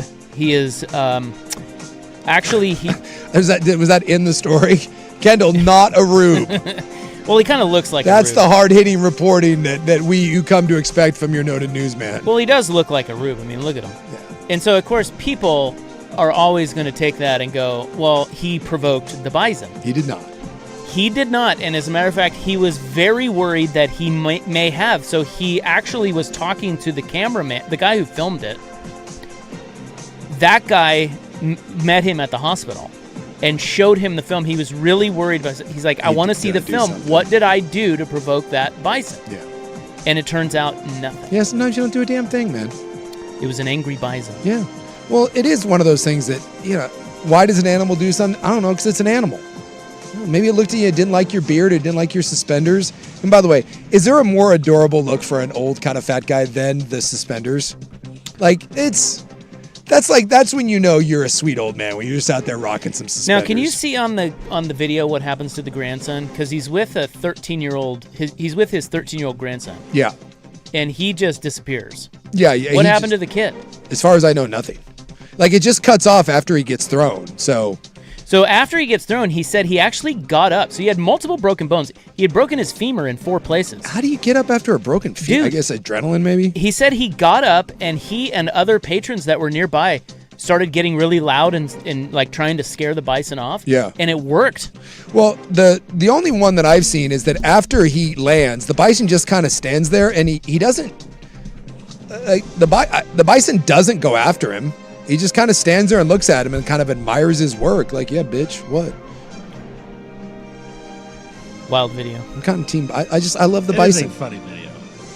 It is funny. Yeah, the running. But yeah, the grandson, unless there's a longer video, the grandson, nothing. And the grandson, by the way, is giving interviews, so he's the bison just leaves right away. He's like, look, I did what I was supposed to do. Yeah. Knock this guy in the air, run away. I kind of respect it, to be honest with you. I'm team bison. Yeah, dude, you're in my house, whatever. Nobody looking at me. Exactly. You're in his house. You expect the worst. Well, I mean... That's why I'm scared of the ocean. Imagine... That's true. Imagine you're sitting there, you're doing bison things, and all day long, you got these jack wagons looking at you. Taking pictures. And, they're like, hey, they're over here, whatever. They're in your house. And you're like, you know what? Not enough of this. I just really enjoyed the run around the trees and hope that the bison doesn't just go straight through the trees. Yeah. That's the best move you could come up with. Which the bison went straight through the trees. Yeah. And chucked him into the air. It was great. And he did not get gored because he said he did a blood check. That's good. And there was no, because that could have been deadly. Yeah. But he did not get gored. Well, so can breaking your femur. You nick that artery in your leg, and it's your ass, Mr. Postman. A naked man has been arrested after trying to abduct a 7-year-old girl at Portland's waterfront park. Sounds about right. The man faces numerous charges. Can we just put him on the boat? I'm telling you, the Bon Voyage boat. People called me crazy when I came up with this idea. It's sounding better and better. This guy belongs on the boat out in the high seas, and he can do whatever the hell he wants. Fill up fast. That's the problem. Exactly. So this is no good because the girl and her parents. Yeah. They were tourists. Oh man. From out of state. That's not going to help. So this will get national news. Yeah, it's going Portland's to. I hate to say it, but you know where I saw this story first? Fox News. Yeah. Came across the. This morning when I was kind of scrolling, it came across and it was Fox News. Pretty soon, Clay Travis will be talking about it. Yeah. Well, and yeah, he'll weigh in. I hate to, this one's on us. It is. Have you ever seen the Saturday Night Live sketch where they're doing it's Shane Gillis? My bad. And they're the news people, and it's with Keena Thompson, and they're doing the white person, black person. Have you seen that one? No. So they're reading news stories, and every time they read a news story, just off the news story, they're blaming it on a black person or a white person. And they're like, oh, that one's us. That one's us for certain. Naked guy, waterfront park. This is us. Very white. It's on the white man. Yeah, when you read this story and then you see the photo of the dude, you're like, yeah, that's us. Big long hair. Long stringy hair. You're like, damn it. So he's a 31-year-old dude. His name is Daniel Vasey. All police officers were busy with other calls, including an incident involving a disturbance with a gun. None were available to respond. So apparently, a bunch of like the Sisterhood from last week. Good Samaritans. A bunch of people stepped in and subdued the guy. Yes. Boy, that's a tough. Yeah. You never want to wrestle. You never want to wrestle sweaty guy? Yeah. The old sweaty guy on heroin. Did you? He certainly seemed. Or meth. He seemed glistening. Now, when I was reading through the story, He was also pepper sprayed, yeah, but still naked. he did like he like. And he got into the river. Yeah, he lifted her off, and that's why he was so. Well, he was so moist. Yeah, like he lifted her off the ground. Yeah, and, he grabbed her. Yeah. And everybody jumped in. Yeah. Got the girl back. It's all you can do, man. Pepper sprayed him, kicked his ass a little bit. Yep. And then he jumped into the Willamette. And that's where they pulled him out of there. Out of there. Can I make an argument? Leave him in there. Didn't that solve the problem? Can I pull an office space and say it fixed the glitch? Hey, this dude was high on whatever, and he's naked, and he jumped in the river. Can we just kind of sit there for a little bit and maybe nudge him back out towards, like, hey, he's getting close to the shore. No, he's not. Kind of do one of those ho, ho, ho Santa Christmas story. We just kind of nudge. Look, I'm not saying we hit, but what if we just nudged back out to the river and then let nature... Tell you what, buddy. You swim to the other side of the Willamette, we call this good. Yeah, we kind of block off all the entries to get back up on, back up on land. I kind of like my idea. You get to the other side, and we'll go no countsies. And if not, you're the east side problem now. Yeah, you're the other side. And if not, well, nature takes its course, and I think we're all better off. You telling me we're not better off with this dude gone? We just are. He's facing multiple counts. I would certainly hope so. Including kidnapping. Yeah. I better not hear 9 months probation and some psychiatric care. Yeah, like, does the naked thing help him? Probably. Yeah. Because if he's just clothed and does that, we think it's more sinister. When he's naked, we're like, okay, he's on drugs. Here's my thing too. You know what I'm saying? I don't care. What? I hate this. I was on drugs and I was having a mental episode. Cool. You still did it. No, I know that. I just mean perception-wise. Yeah, the perception-wise. Yeah. Right, because if he's wearing clothes, he's just like a crazy psychopath. He's a creepo, yeah. Then how about this? But with naked, it's like, he's a drug addict. Yeah. Tell you what then. I'll get you all the meth you want. I'm going to put you in the padded cell, and you can get all meth out there, and you can live there forever and be perfectly happy. He'd be like, all right. Yeah, great. You want meth and to be Sign me nude. I will give you the meth, and you can just sit in your cell, and none of us have to deal with you ever again. It's just, I'm tired of these people. Go away. There is your In the News, July 13, 2026, brought to you by the Advocates Injury Attorneys at advocateslaw.com. Headlines are coming up next. Home Run Derby and some other cool stuff. Oh, I know what else I have to tease. John Morant spoke in Las Vegas over the weekend, and we have the audio. Yes. Exclusively here. I don't think so, but Sorry. we'll play it for you. Next.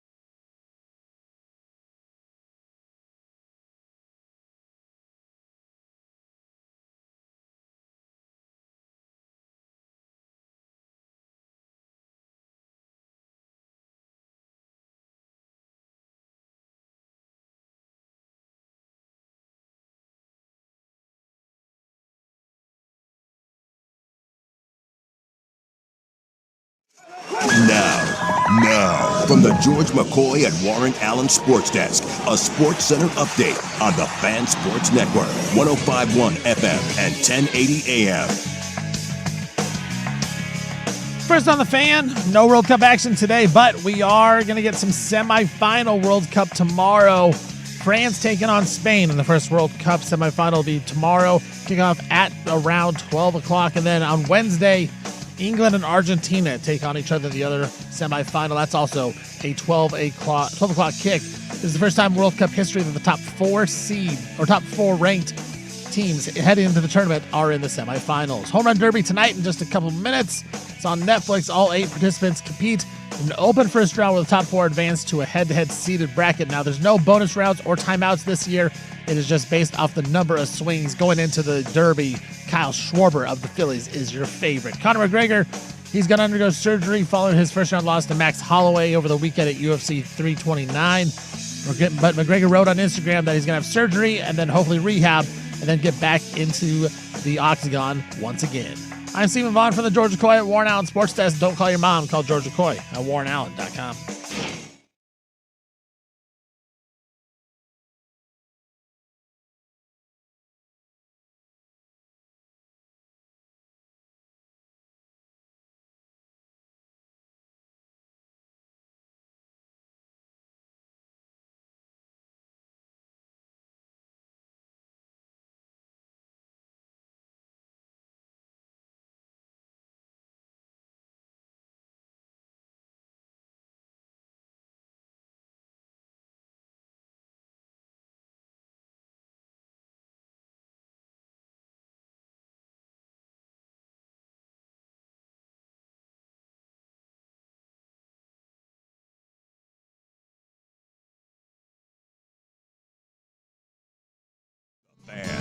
All right, welcome back. Hope you're having a good little Monday.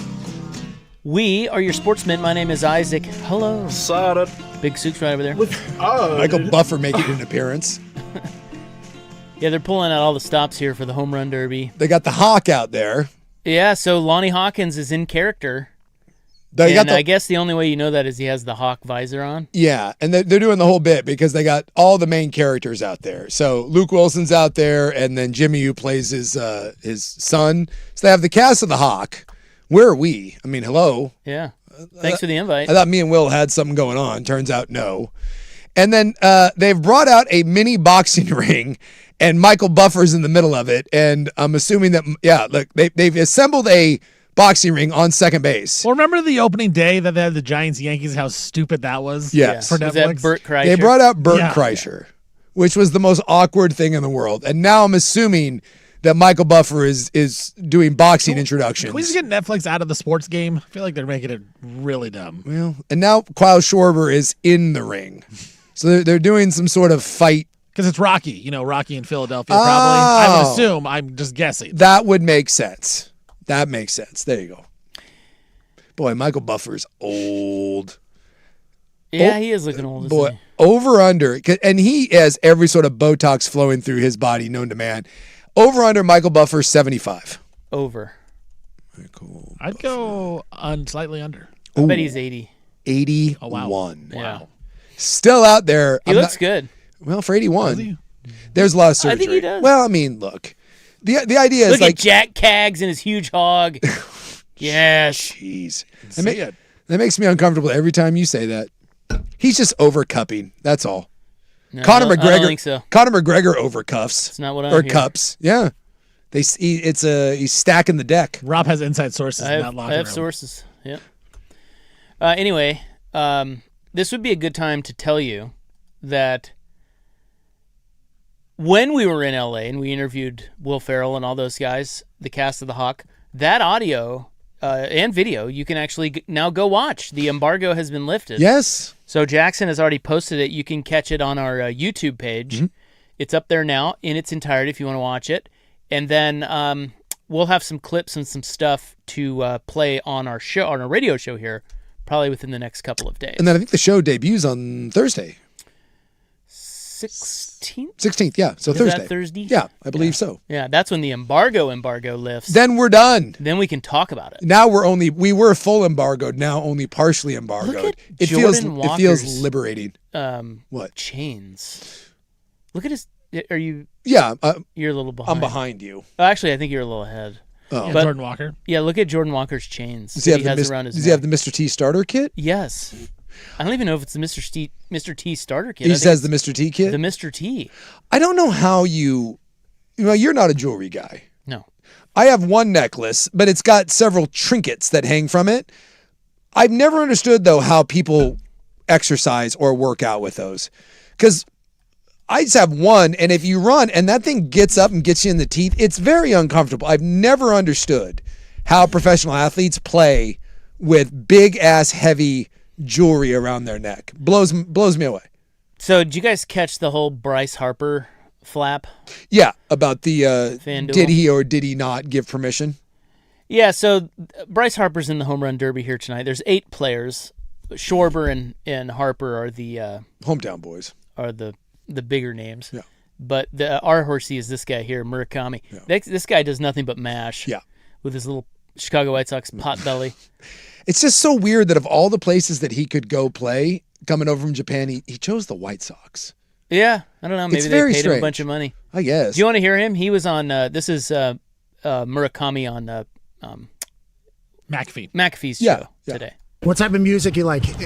どんな音楽が好きですか？名前がわかんないですけど、ストローキンっていう歌。Stroking. I like stroking. Billy Squire. Stroking to the east. Yes. Stroking to the west. I'm stroking to the woman that I love. I'm stroking. My God. That was Murakami. He likes stroking. Why did we play that? I don't know. I thought that was the Otani-san one. Did you have the Otani-san one? No, I didn't. You want to pull By it the up? way, does anyone? Sure. What is stroking? I don't know. I don't know, but I thought that was funny. Do you think you like it? I was kind of confused and frightened. They all went into a whole stroking Apparently, bit. it's like a song. So to me, it's stroke me, stroke me, stroke. But apparently, I'm out of the stroking loop. Yeah, I don't know. That's probably one of the kids' songs. You don't know how to stroke anymore. Okay, so the deal with Harper is that there's this dude who lost $2 million on FanDuel. Yeah. And he was a problem gambler, obviously. What? $2 million? Oh, no. And so the story came out that FanDuel had Bryce Harper cut a video specifically talking to him, and they sent it to him. Yes. Well, you know you have a problem when someone's like, here's Bryce Harper to talk about your problem. Yeah, because I guess there's this whole thing about FanDuel and these companies, they will wine and dine you. Like if you're losing that kind of money, they'll fly you to the Super Bowl. Yep. They'll Whatever you want. They'll try to keep you engaged. Well, it's the same thing with Vegas. If you go to Vegas, believe it or not, you will get treated a lot better if you're losing than if you're winning.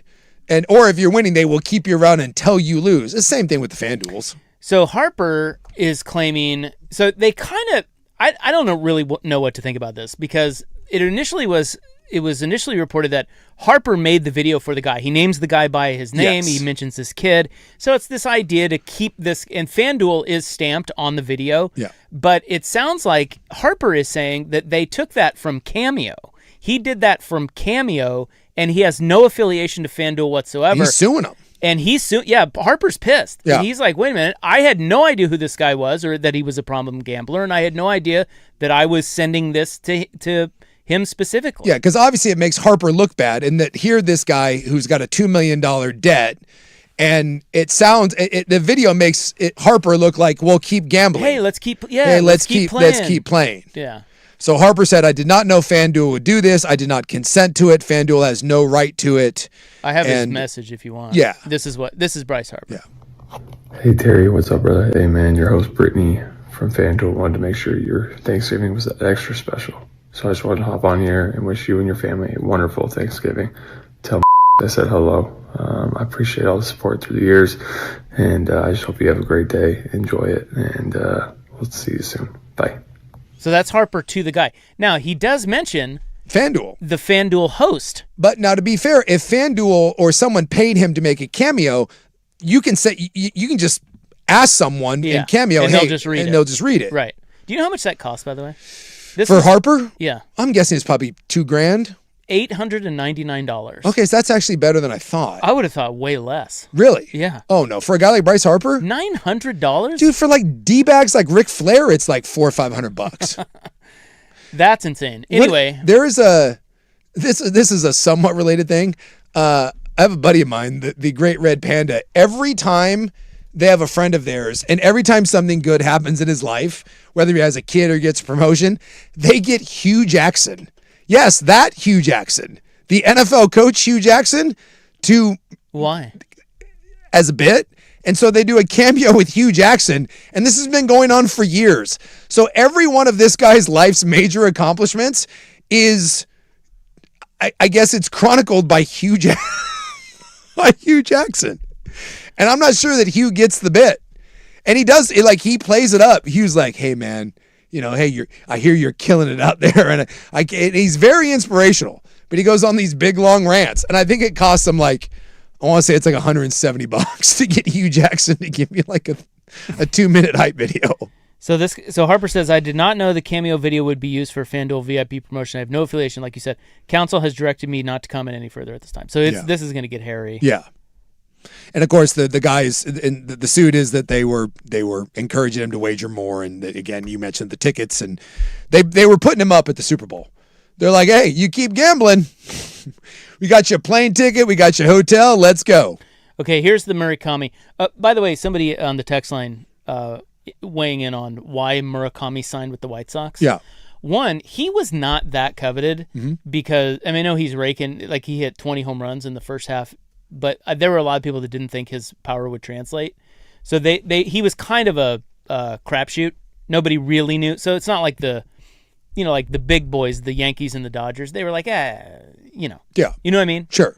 Does that make sense? They weren't willing to pony up. He wasn't that hot of a commodity. Okay. And it sounds like the White Sox paid him a lot of money, and they guaranteed that he would start at first base. I just remember when he was coming over, I remember people talking about him, and then him being in Chicago and be like, you wouldn't go to the Cubs? But that makes sense. So you'll like this one. This is, again, more Pat McAfee show. I saw Ohtani-san, at the Home Run Derby as well. And when I was looking through the Home Run Derby this year, the rules has changed. Yeah. If it was the past rules in the past seasons, I probably wouldn't have been able to make it. But since the rules changed, I was more, let's say, optimistic about, being out there and getting into the participation. Did you say Ohtani-san? Ohtani-san. Yeah. So tell me how that works. So is that what I'm supposed to call Shohei Ohtani? Ohtani-san? 大谷さんのことをやっぱり翔平大谷さんって呼ぶことが必要なんですか? Japanese style. Are you Moonshot Ataka-san? それは年上の人に対してはさん付けをするのが日本の文化です。In a Japanese, let's say, culture, you're supposed to put san at the end for an elder person to respect them. Okay, so you guys do like before pitches and everything like that. That is just kind of in the whole entire culture, right? I think you could probably answer that, Kenzo. 投球する前に帽子を傾けたりするのは日本の野球の文化の一つのなんです。まあする人としない人いますけど、目上の人にはします。There are some people who don't and do's and don'ts as well, but if there is an elder person, with respect, we do tilt our hats. Sweet, he did that to me. Is he called me McAfee-san? McAfee-san で呼んでます。McAfee-san. Did he not know that they do that in? Apparently not. Have you not seen The Karate Kid? I'm guessing Pat McAfee has no idea a lot of things. Yeah. Ohtani-san. So Chan for female, Sun for male. Like we've been on Ohtani-san for a while. Yeah. Come on, Pat. Get with the program. Ohtani-san. Well, anyway, can you name who won it last year? Home Run Derby? Or how many past? Wasn't it Raleigh? It was Cal Raleigh. Yeah, the dumper one. Yeah. How many past champions can you name? The Polar Bears won it a couple times. Griffey's won it a couple times. Hamilton did not win it. He had the record, but I don't think he won it that year. Sosa, I think, won in Atlanta. Sosa? I remember as a kid, Wally Joyner won it. Really? Yeah. Bobby Abreu, I remember he won. Oh, yeah. He had the crazy one in Detroit. Dude, is Wally Joyner the worst? No. There's probably worse. There was worse. There was one year where there's a guy from the Brewers. Fat Wally Joyner? God, who was that? If you get on the list, I'll be able to tell you. I'm scrolling here. Todd Frazier won it. Frazier. I remember Cespedes winning it back-to-back with Oakland. Prince Fielder. We got a Cano. Jason Bay. Yeah, Morneau. Jason Bay won. I'm looking at the top. So here's like the 19 worst players they have here. Or no, not 19 worst, but here's just some bad ones. Gary Gaetti won. Chris Sabo. I mean, they're all decent. Troy Gloss. Okay. Yeah. Brandon Inge. Ugh. Oh, yeah, by the way, the great Wally Joyner tied with Darryl Strawberry. Greg Vaughn. 1986. Hey, Greg Vaughn was a big deal for like 2 seconds. Yeah. Lot of steroids. Well, the two home run derby moments that I remember aren't winners. I remember Josh Hamilton going ape bleep. Yankees. That was unbelievable. And then I remember Julio hitting 41 in one round. Yeah, because it's usually the guy that goes nuts doesn't win because he burns himself out. You get that guy that has the monster round and it doesn't count for anything. You move on to the next, and by then you're all burnt out. One other note today, we must tell you, the Seahawks have sold for a lot of money. It's over. Tom Dundenbaum. I don't think he has that kind of cake. Just kidding. It's a group led by Niners minority investor Vinod Khosla, if I pronounce that correctly. I don't know. Yeah, I don't. $9.612 billion. So it turns out Jody was pretty smart because at the time when the Blazers were supposedly going to, Phil Knight wanted it. It was like, 1.8? Sold for 4.5. And had she sold the Seahawks at the time, it would have been roughly about 3.5. And by waiting the 5 years, well, now here you go. And I mean, this is insane. I mean, the Seahawks are not one of the 10 most valuable franchises in the NFL, far from it. So if they're worth almost 10, what do the Cowboys go for? What do the Giants go for? 20. What are the Patriots? I mean, this is beyond FU money. So the guy is co-founder of Sun Microsystems, and he is 71 years old. He has a net worth of $15.6 billion. How much? $15.6 billion. Yikes. So that's, and he's the main owner, but there is an investment group. It's not just him. Yeah. Very few people anymore have that kind of liquid cash. They say that he is considered one of the most successful and influential venture capitalists ever. Yeah, I've already seen some people up in Seattle that are already bitching and moaning because I don't know. Hey, well, he's a Niner guy, right? And so people are pissy about that. And who knows? You think he cares? Hey, dude, he's a Seahawks guy now. He just spent $9 billion. Cut the guy a break. By the way, I saw that. So Paul Allen bought the team for $194 million, and it sells for would you say 9.6, right? $9.612 billion. So that's a tasty investment. Although someone pointed out, actually ended up kind of being a Bush League one, because had he taken in 1997 that $194 million and invested it into Microsoft, he would have made $2.5 billion. Yeah, what a loser. So, kind of turns out to be a crappy investment when you think about it. Way to go, Paul. But the explosion of the NFL value is insane. So I saw this when someone had this on Twitter. It took 9 years for the most expensive NFL team ever to go from 1.1 to 2.3 billion. So 2009, at the time, the Dolphins sold for 1.1. It's the most expensive sell ever. And since 2009 to now, it's jumped from 1.1 to 9.6 billion. I mean, that's insane when you look at the exponential growth of that.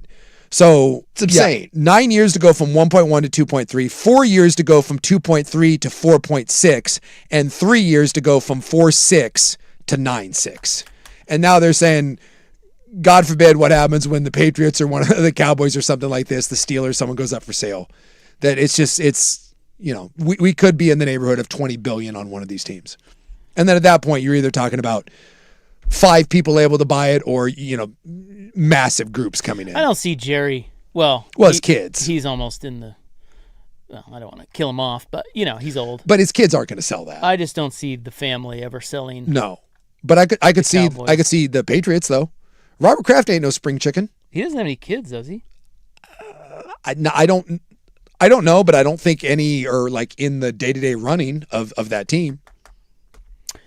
Here's your headlines. Coming up next, Ja Morant speaks. on the Fan.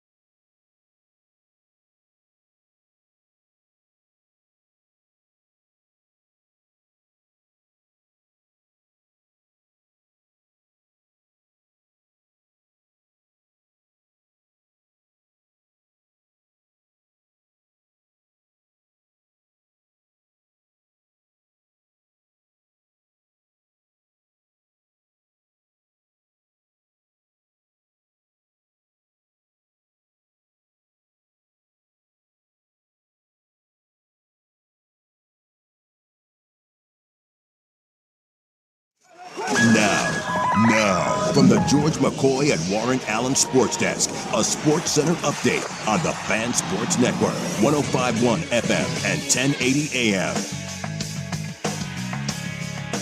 First on the Fan, no World Cup today, but we got it tomorrow, and it'll be the semifinals after the weekend. It's going to be France taking on Spain. Tomorrow, kickoff at around 12 o'clock on that one. Then on Wednesday, England taking on Argentina. That's also a 12 o'clock kickoff. This is the first time in World Cup history that the top 4 teams heading into the tournament are in the semifinals. We got the Home Run Derby just underway on Netflix. Wilson Contreras, first guy up to bat. All 8 participants this year competing in an open first round, where the top 4 will advance to a head-to-head seeded bracket. There's no time limit or bonus rounds, just 20 swings in the first round and then 15 swings in the later rounds. Kyle Schwarber of the Phillies is your favorite going into it. Conor McGregor, he's going to undergo surgery following his first round loss to Max Holloway at UFC 329. McGregor wrote on Instagram that he's going to have surgery and then rehab, then hopefully get back into the octagon to fight once again. I'm Stephen Vaughn from the George McCoy at Warren Allen Sports Desk. Don't call your mom. Call George McCoy at warrenallen.com.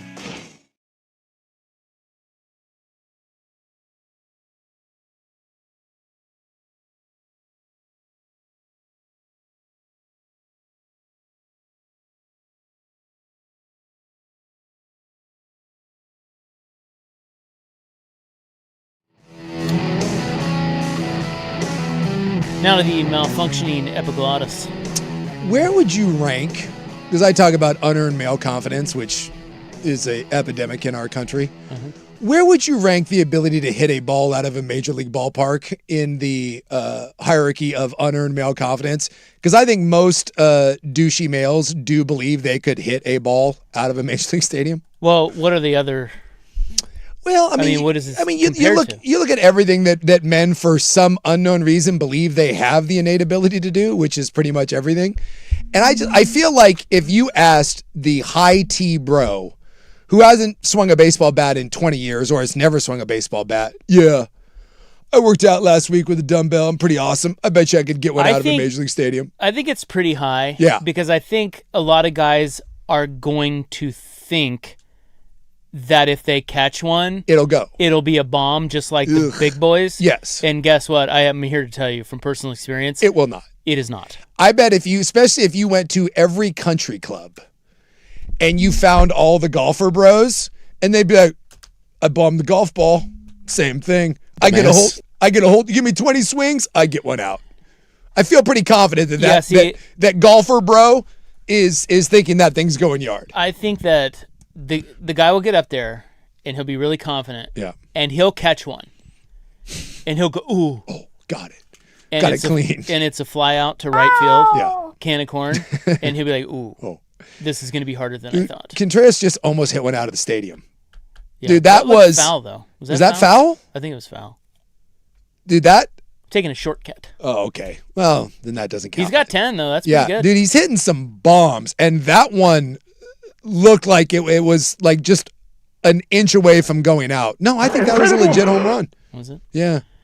Yeah, he is. That left field kind of has like a weird upper deck that stops. It doesn't go all the way to center. And had that been 5 feet to the right, I think he hits that out of the stadium. Now, someone texted in and said that Will Ferrell is getting torched for how bad this broadcast is. Yeah, boy. Yeah, he's getting killed on Twitter. Is he? Is he as Lonnie? Yeah, well, I would assume. I mean, and he's broadcasting it? Like, they're not real broadcasters?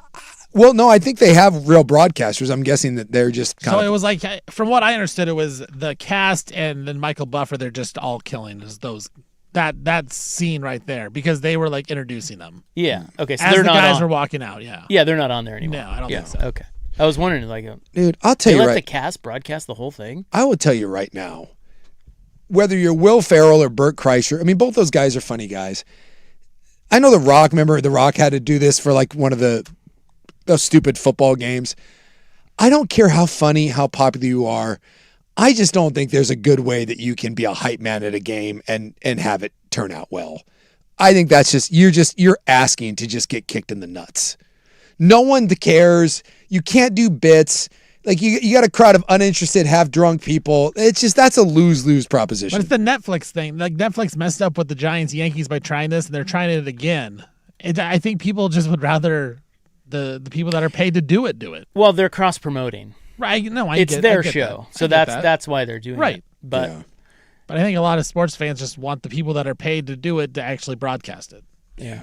It doesn't bother me. I really don't care. Yeah, I'd just say the Twitter response has it. I mean, now granted, as it's Twitter. As Dave Chappelle said, Twitter's not a real place.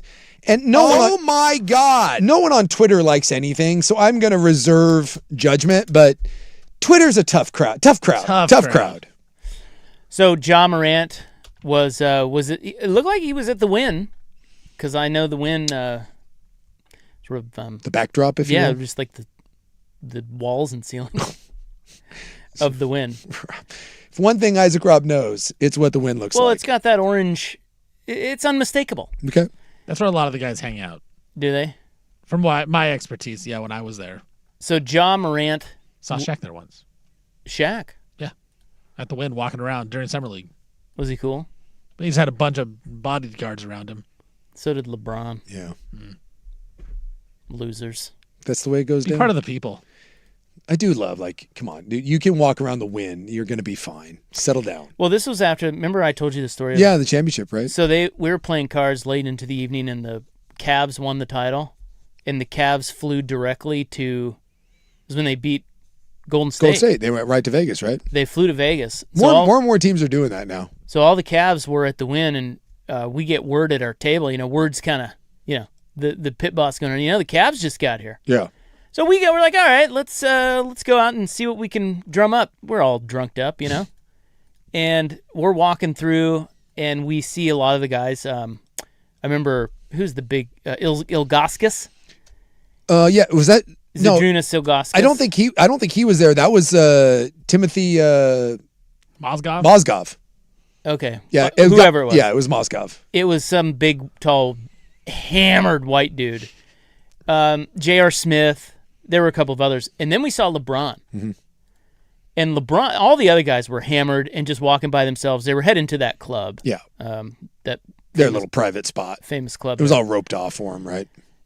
I would imagine, but I don't know. We didn't go in there. And you didn't pull it. Do you know who the hell I am? Here comes LeBron, and he's surrounded by...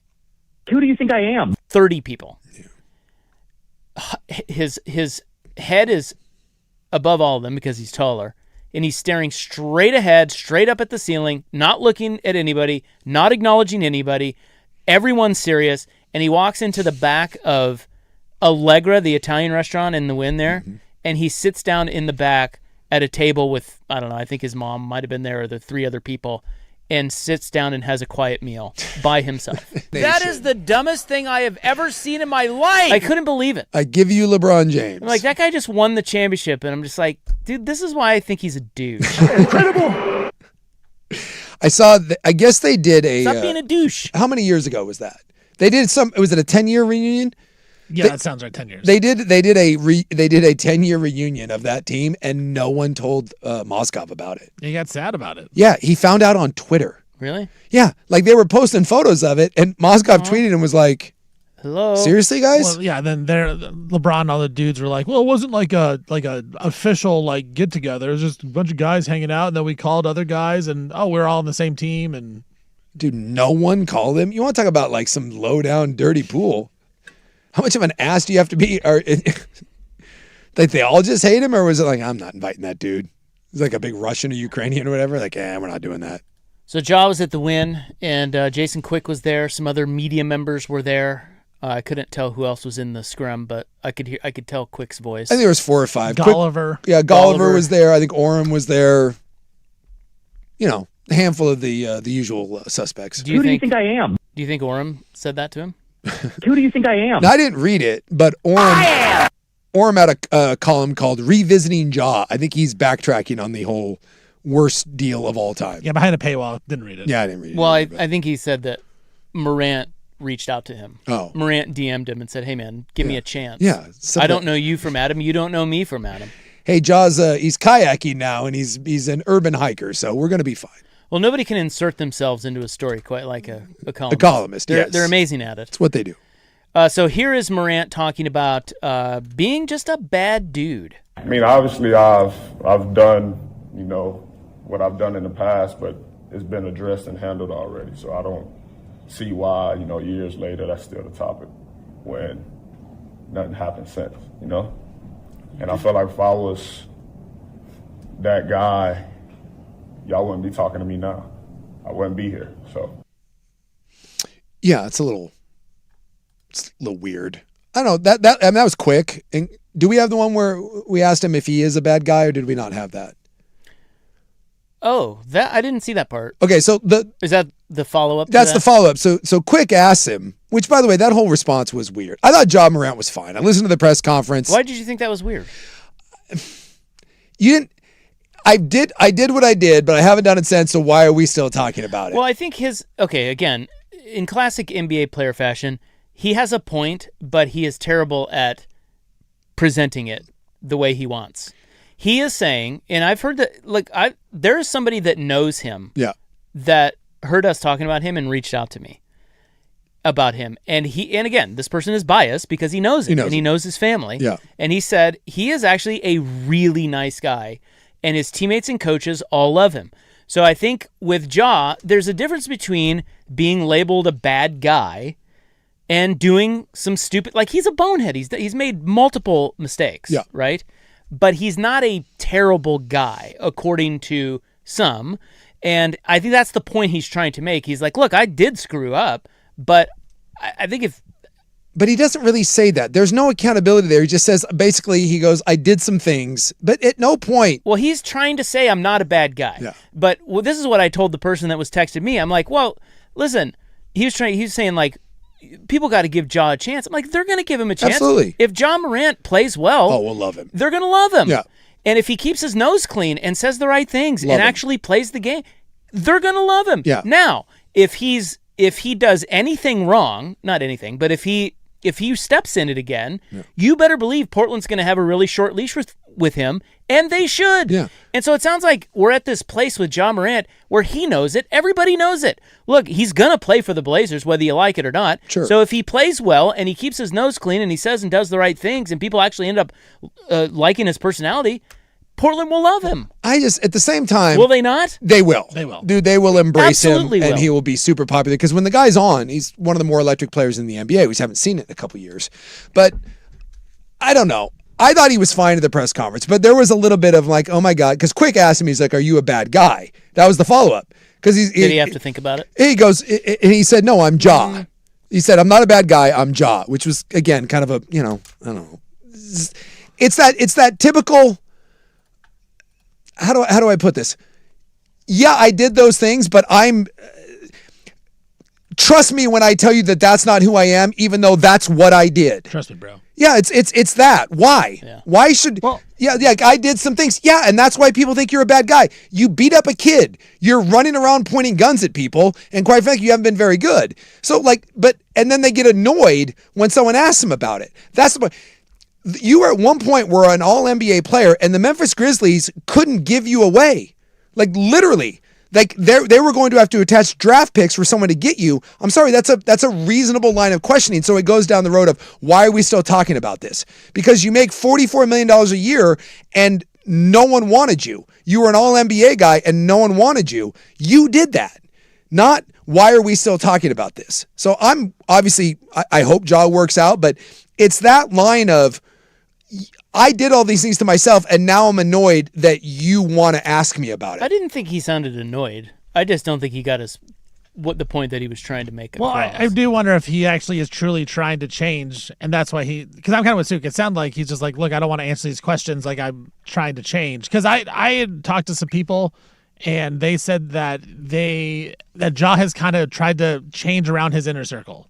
In Memphis, before he left, they had noticed he had tried to change his inner circle around, he was trying to get back on track. Good. So I don't know if he is or not. I can't confirm that. But so if he is, Portland's going to get the best of Ja Morant's behavior. He does mention he did mention in the press conference. He said something to the effect of, "I left that in Memphis." Yeah, I truly think he might be trying to turn a new leaf here. Well, because the last time he got in trouble with the guns was 2023. That was 3 years ago. Exactly, and I think that is a fair point to say. Listen, it's over now. What isn't fair is to say you just have to trust me. No. We're going to have to. You're going to have to show it. Yeah. But I think he understands that. It sounds like from listening to these clips, he gets it. He understands. And I think it comes down to money. He knows if he wants to make more money, he better straighten it up. Yeah. Because this was a very good buy low spot for the Blazers. I mean, they got him for next to nothing. Yes. Nobody wanted him. So he understands the position that he's in, it sounds like. Now, can he follow up with that and follow up on that and take advantage of it? Remains to be seen. But that's really where it is. It's like, there's no judging here. It's all just like, hey, just prove it. Yeah. Show it on the court. Show it off the court. Here he is on his teammates. They rage bait a lot. They rage bait a lot for sure. They just, I feel like it's just to turn a competitive, edge to us. So Denny definitely number one, but he for sure like rage bait people to try to make you respond or get you mad. So when we have to play or something, you have an edge already. Is this on the court or just in? Nah, this amongst each other. Yeah, this amongst each other. Yeah, look at that. Yeah. Well, I mean, you on the Blazer player? I'm back in. Job pro, all pro, love him, all star, face of the league. Again, outside of the wonky question that I was kind of referring to, I thought I listened to Lopez. I actually thought he did a really nice job. I thought he hit the notes that he needed to. He seems hit. kind of. Yeah. He seems like a decent guy. He's fun. Yeah. I don't know. He gets it. Just give him a chance. Yeah. So, and at this point too, Jesus. I mean, the question becomes, I'm not so worried about the gun and the immature crap. I think he realizes that. Well, if he does that, he's out. Well, I'm more concerned about the fact that he looks kind of washed and that he can't shoot the ball and he hasn't. He's played in 70 in 3 years. He's played in 70 something like that, 70 something games. That's what I'm more concerned about is that, we didn't want to take on a Jaylen Brown salary, but we'll take on this salary. And, John Moran hasn't been good. It's been 4 years since he's been any good. Well, I would say to that, it's like, hey, it was still worth the risk because you gave up next to nothing for it. Yeah. So it's like, give it a shot. But if he's going to have off-court stuff and gun stuff. Yeah, that stuff's done. Bro, that. But to be fair to you, as you pointed out, it has been 3 years. So hopefully that stuff is behind. I also think it's hard to kind of get in trouble when you know that you're hanging by a thread. I think some of that might have been young, kind of hubris on his part. And to be fair, when that was going down, he was 22, 23 years old, and now he's 27? So, look, again, to be fair, if you're judged on everything you did when you were 22, that's a rough spot. I wasn't pointing guns at anyone, but I think we all did dumb stuff at 22. Will Ja have his own outdoor show next?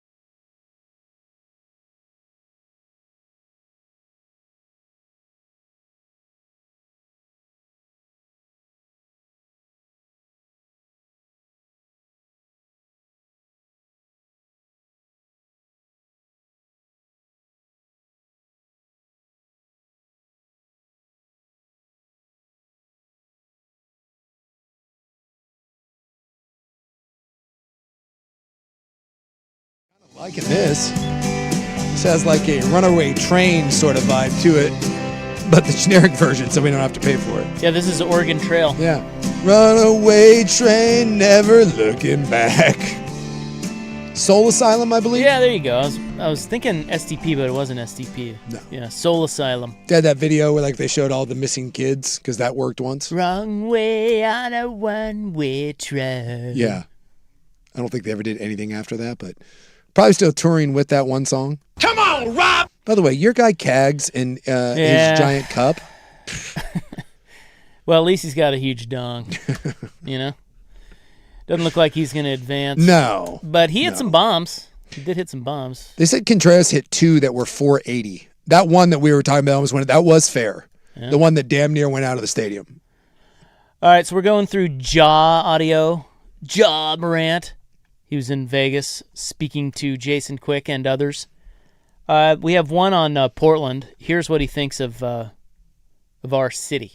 The rain, man. It rained a lot. Actually, took fishing in the rain. So, that's one thing I know for sure. But I feel like it's a very quiet spot. It's nice. I don't know if y'all pay attention to me lately, but I've been kind of into nature, so I feel like that's a bonus for me also. Hiking or what? I'm not hiking now, but I can go walking, ride a bike. I've been kayaking lately, so. Hey, he's becoming a Pacific Northwest guy. Wouldn't that be cool if you're just out there one morning on your kayak and there's Ja Morant on a stand-up paddleboard? Well, that's not a kayak. I know, but what if he takes that up? Paddleboarding? Well, you can talk to. Does Lillard still have the house on the Willamette with the jet skis and whatnot? I don't know why he wouldn't. Maybe get a room down there, hang out. Him and John the dad get out there. He's not hiking though. No, he's an urban hiker. And Micah Nori was down there too. We don't have the Ja clip of him talking about how he'd be willing to go come off the bench. Yeah. But he did say, so whatever they need. Yep. And here is Micah Nora. God bless him. I know, it's a weird. This guy. Fire him already. He sucks. The name's too confusing. Micah Nori on Ja possibly coming off the bench. Well, I don't know. I mean, to that thing, the other thing is I take people at their word. So my thing is you can say it, and if it has to come to that, say, hey, well, you said you didn't care, number one. But the second thing is I really believe guys like Ja, guys like Dame, guys like Drew that have been through it, been around, they want to win. And winning is the most important thing. And if you can put yourself in to do that, whether it's coming off the bench or starting, as long as you get your minutes, and it's I would never say it's easy, but to your point, we got 4 spots, 1 through 4. They may be small, they may be this. Obviously, when you talk about Klingon and Robert at the 5, the majority of the time or whatnot, but it's going to be, they're going to get their minutes because we're going to be able to play hard and put pressure on people and exert some energy early. So hopefully they do play themselves to not exhaustion, but where they can get out and go back in and they can give us really good 28 to 32 minutes. Yeah, I mean, I don't know how this is all going to work. I'm still flabbergasted that this is the roster, but it's up to that guy to figure out how to use it. So, I mean, in theory, it's like you would think Ja and Dame be in the starting backcourt, but we shall see. I kind of want to see how it impacts Denny, to be honest with you. So if you have Ja, Dame, and Denny, you have 3 guys that have to have the ball in their hands all at the same time. That, to me, is kind of fascinating. And 2 of them can't really shoot that well. Well, this reporter can't wait. I'm interested. Fired up. When Ja came here, everyone thought that this was the first move, and it turns out it was not. It was the only move. Yeah, I guess they're done, huh? Yeah. I mean, for the most part. I mean, they got the guy on waivers from Indiana. I don't know, he blocked Wemby once. I saw a highlight. What's his name? Micah Potter? Micah Potter, yeah. He's 6'9" guy, and they waived him. So let's lower expectations. But he shoots the ball a little bit. And the thing about Ja is like, to Rob's point, I would still do this trade 100 out of 100 times because you gave up absolutely nothing for him. Yes. And in the NBA, in my opinion, the most important thing by far is the talent. And you figure it out after that. So try to get as much talent as you can and then somehow figure out a way to have them all blend in and play well together. And that's Mike and Nori's job, and that's the players' jobs as well. The players have to maybe sacrifice a little bit if you want to continue going down this road. Because I think if Denny is true with himself, he saw in the Spurs series, look, I need help. Like, I need help around me. I need to give the ball up a little bit. If I'm Ja, I need to figure it out on the court and say, or else I'm not getting another contract. If I'm Dame, I'm looking at him saying, look, my Achilles just got torn. I'm 36. I probably don't have it as much as I did. I need to sacrifice as well. So it's kind of on everybody. But to get a guy like Ja and the talent that he has and stuff that he's done in the past, you have to do it, and you just have to hope it works out. Yeah, I think, this is another one of those things where two things can be true. One, Cronin should probably lose his job. Not probably. He should lose his job. This is all he did. This is terrible. That's one. But also, he got a good deal on Ja. Yeah. And I'd probably take that risk, too. There's no doubt about it. He got a good deal on Ja. Yeah, it's just like, that's a risk worth taking, I think. It's just, you did nothing else. No. It's not good enough. No. It's not good enough for me, but we'll see if it's good enough for the owner. And maybe we won't find out until, I don't know, give this thing 40 games in and we'll see if, how this works out. Do you go back to, because I was listening to Danny and Patrick talk about this today on their show. Do you go back to the idea, because Danny was saying, well, hey, you got a team that's operating in the same GM operating very differently under a new owner. Yeah. Well, duh. I mean, yes. I mean, edicts change, ownership changes, things change, the vibe changes. And Joe Cronin is much different with this move. This is not a very Joe Cronin-ish move. No. From what we know of him from before under the old ownership. But that to me is very common. That's why I didn't think Joe Cronin should stay. It's like you kind of need a new regime with a new owner. But okay, they're going to try to make this work. So yes, Joe Cronin's moves look very different under a new owner than they did the old owner. The question is do we go back to the idea that Cronin was really desperate to make a splash for the new owner, and that's where the Ja Morant deal came from? I don't know. That's the only thing that makes sense. It's just nothing, because it doesn't sound like from the old regime. I know, look, the one common factor that we have in this is that Burt Cold's dumbass is still around, and believe it or not, like, there's people like inside there that says he's still like trying to influence things. Like, he's still whispering in people's ears, which is not a good thing. But do we really believe that Burt or Jody was like in Joe Cronin's ear telling him what to do? And everything, whatever you think of Tom Dundon, the one thing that we haven't heard about him at all is that he's not a meddler. That he's not a guy that gets involved in a lot of... Well, he wouldn't have had to say anything. What I'm saying is... Yeah, this is what I'm... You're just trying to impress the guy who is now dropping the hammer on And that's the weird thing, that if that's it, like, this is... Like, if this is what you're going to hang your job on, that is fascinating to me. That of all the swinges you could take, this is the one where you say, I'm going to live or die with this one? He couldn't get Giannis. Yeah. And he couldn't get Brown. Yeah. So... Well, but he could give me another one. It sounds like he could have gotten Brown. He just wasn't willing to. He didn't like it enough. I don't. No, I don't know about that. Everything you've heard about Cronin is that he's, and about Dundon, he's not the guy that necessarily vetoes deals. He just wants you to explain your vision.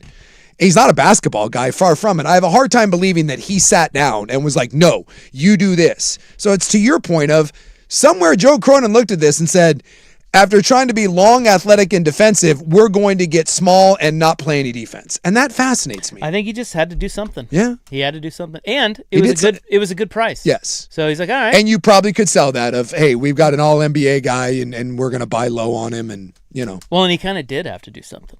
I mean. Yeah. Well, and he did. Head sewn to the carpet. You could not have convinced me at the start of free agency and the league year that this was going to be their big move. All right, and yet, here we are. Next, it is the club. Bloop, bloop, bloop, bloop, bloop, bloop, bloop. Do you judge someone based solely off of their name? Ooh. Looking right at you, Tanner. Who's Tanner? I don't know. It's just Tanner. Yeah, dude. There is something to be said about a name. The question. Yeah, if your name Archer, so the answer is yes. Tanner. Yeah. All right, the club is next.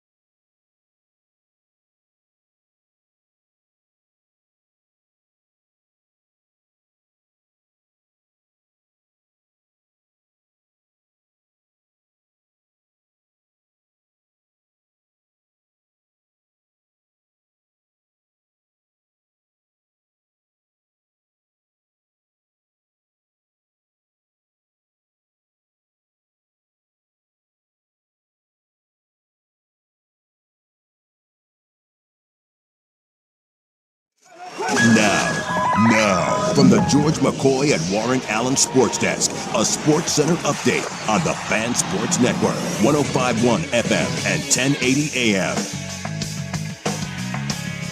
First on the Fans, big World Cup matches coming up tomorrow, the semifinals. It's going to be France taking on Spain. That's going to be tomorrow to kick off right around 12 o'clock. And then Wednesday, England taking on Argentina.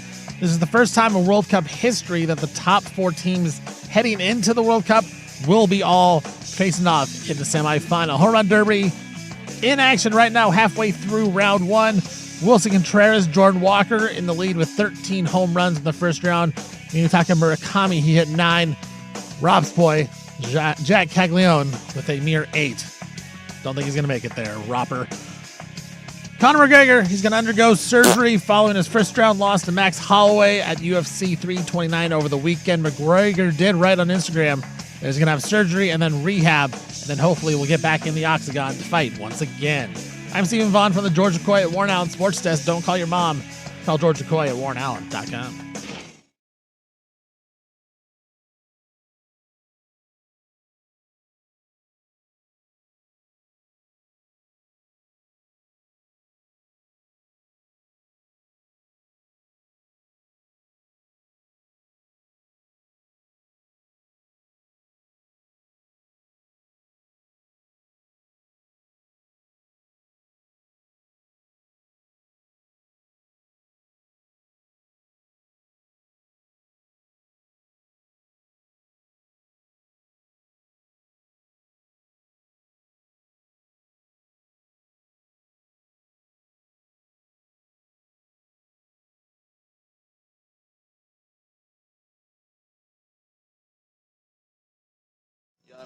The only thing that's off limits are the words you can't say thanks to the FCC. They don't know what the they're doing. Do you understand that? We've given away too much to arrive at these political compromises. Yeah. Google me, bitch. Oh no. Well, my. Hold on, everybody. Here's the situation. It's over. It's over. We think.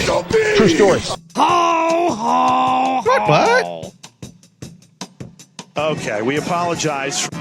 Yeah. It's time for the club, baby. On 105.1 and 1080, The Fan. Wow. Hoo-wee. Bottom line, they're ass. They have a white running back, for goodness sakes. All right, we're watching the Home Run Derb. Ben Rice is out there for the Yankees. Let's play the fun game of who knew Ben Rice had 29 home runs. Yeah, he has almost 30 dongs. Yeah, and he looks like he's 12. That's crazy. That's a lot of dongs. I knew he was having a good year, but I didn't know he had that many dongs. And I think his dad is throwing in the dongs. I think I saw that. Well, I think the guy throwing it was also a Rice, so I'm assuming that dad's out there. Which, again, in terms of coolest things fathers and sons can do, throwing your son BP at the Home Run Derby, that's got to be number one. Unless you're pulled like a Griffey, because he got to play with his dad. But that's the whole Bronny thing. Outside of that, I would make the argument that that's almost cooler to do that, because at least with this, it's legitimate, unlike Bronny, who you had to finagle your way on. I can't wait for LeBron to go to like the Warriors or the Heat, and then he's like, hey, we need a roster spot open for Bronny too. Well, I just wonder if the Lakers cut him right away, or if it makes them look terrible, so they have to keep him around for another year before they cut him. Act like they were going to keep him. Like, oh, no, we really believed in him. Yeah, we really wanted to draft him after his 4 points per game at USC. Yeah. Why can't we just admit that he's one of the Giannis brothers? We have to put up the charade that no one thinks that was it Thanos or whatever the hell that guy's name is? Thanasis. Why do we have to put on the charade with Bronny? And we do it with the Giannis brothers. Let it go. I think we need Ben Rice off our screens. It's not going to. Are you still upset over your lack of royal dong? Whoa. No, I didn't. I could care less about Caglione in this. My horsey is Murakami. And too. He has not fared very well. No, he's white knuckling. He hit 9? He hit 9, yes, and it's only the top 4 advanced, so... We kind of buried the lead today. You didn't talk about your glasses. I know, that's what I was about to get to. I just wanted to put these on live on the air. Your Uncle Harold stole the show in the first segment. That's right, yeah. But Suk has gifted me my new 51-year-old Readers with neck chain or neck neck chain, band. and they pull apart. They break away. They break away with the magnetic. Look at this, guys. Although it feels like maybe I'm a little disappointed with how short the chain is. I know. We may have to replace that. I will say, though, Rob got a great compliment. Suki, you should feel good about this. Yeah. Young person Jackson said that's something he would wear. Tasty. Jackson would wear these? Yeah. Oh, they're back in. Yeah. They're so old. He's they're like, back I would in. rock that. How do I look? Like that means they're kind of cool. You know what? You kind of pull them off a little bit. Breakaways, bro. Yeah. Check this out. You pull them off a little bit. Boom. Dude, these are great. Thanks. You know how when you're getting old, and sometimes there are things that you're like, oh my god, that's so embarrassing, or sure, I hate that this is happening to me and this and that. Yeah. There have been two things that happened here since I've turned 51 that I don't even look at it that way. I look at them as amazing. And this is how you know you're really getting old. You're embracing it. Is that these are great. I love these. I am not embarrassed at all by The this. Snapaway readers, The Snapaway readers are fantastic, and they're perfect for a radio show, I got to tell you. Yeah. And so was increasing the font on my phone. Both things game changers, and I love it. What's next? See, that's the scary part, though, is that when you start to embrace it, that's how you end up being. Well, you're going to be this way, too. But I'm saying that's if you don't, you're pathetic. Like, seriously, the old guy that's still trying to hold on to, like, the stylish looks. And not that you can't look stylish as an old guy. I just mean, you know what I mean. Yeah. The old guy who tries too hard. No, but see, you got one. It's sad. But there's like three archetypes, right? You got the guy that tries too hard, that's like 58, and he's still going to the Whistle Pig, or wherever. What is that? Whistle Pig's a bourbon. What the hell is? Yeah, what's the River Pig? River Pig. They're like that guy. Like that's a rough look, and he's wearing like a pork pie hat and like skinny jeans. Like, dude, that's what I'm talking about. Yeah, that guy's rough. It's no good. But you also see that suave mother effer who ages like fine wine. And the style, he transitions, then you become the most interesting man in the world, Silver Fox. And then you get the guy that stops caring and embraces being old, and he ends up wearing Hey Dudes and like Buster Brown slacks. Yeah. And so like there's a fine line. And I know you don't want to be, it's hard to be the most interesting man in the world, but you got to find a middle ground between being the guy that gives up and wears elastic pants, and the guy that's trying hard to be young. I haven't given up yet, but I will say that if you list 5 things that you like, these are the markers that you've really given up. Yeah. If all 5 come into my life and I'm like, this is the greatest thing ever, then you're fine. I don't care. Yeah. Make fun of me all you want. Someone said, hey, about his first set 2 years ago, and I'm 54. Game changers. That's right. Yeah. Breakaway. The way they dangle, just like that. I don't think that's how you're supposed to wear them. I like it that way. Yeah, they just go around. You just snap right on there. Yeah, snap right on there. You don't even have to. I tell you what, they're 2.0s. That's a little beefy. Well, I'll grow into them. So I put them on today. I had to go pick them up from Costco today. So I put them on when I got because the lady was like, "Do you want to try them on?" I'm like, "They're not for me." So I just took them and I got in the car and I put them on, and I wasn't looking at anything up close, right? I just put them on. Boy, it effed up my vision from a distance. I was like, "What the hell?" I was like, "Well, it's pure blur." It's just pure blur. But then when I looked down at I held up my phone. I was like, "Oh, all right." Did it help? Yeah, I mean, obviously it magnifies it. It was alarming how big it was, but yeah, Yeah, that's what she said. Yeah. Well, anyway, thanks a lot. Someone said you need Appreciate the gift. When are you going to do herein lies the question, are you willing to clip the cell phone onto the belt? Because that may be the next one. Like, what's the use for that? Like, why does that make it more helpful? Because the olds don't want the phone in the pocket. The olds have a cell phone holder on the belt. Right, but like, what does that help with? You can, it's just easy, quicker. It's easy access. Yeah. You don't can olds just not like reach in the pocket? Yeah. It seems convenient, like it's a holster. Does he He's holster? An old. He does not holster. Oh. He carries it in his pocket. Like, I just don't see what the use is for it. I'm not against it. It seems like the same thing. Quick access. I guess it's quicker access. Yeah. You'll get graphite shafts soon enough. You'll go with Joey Graphite. Well, again, all of these things, you can list them all. Yeah.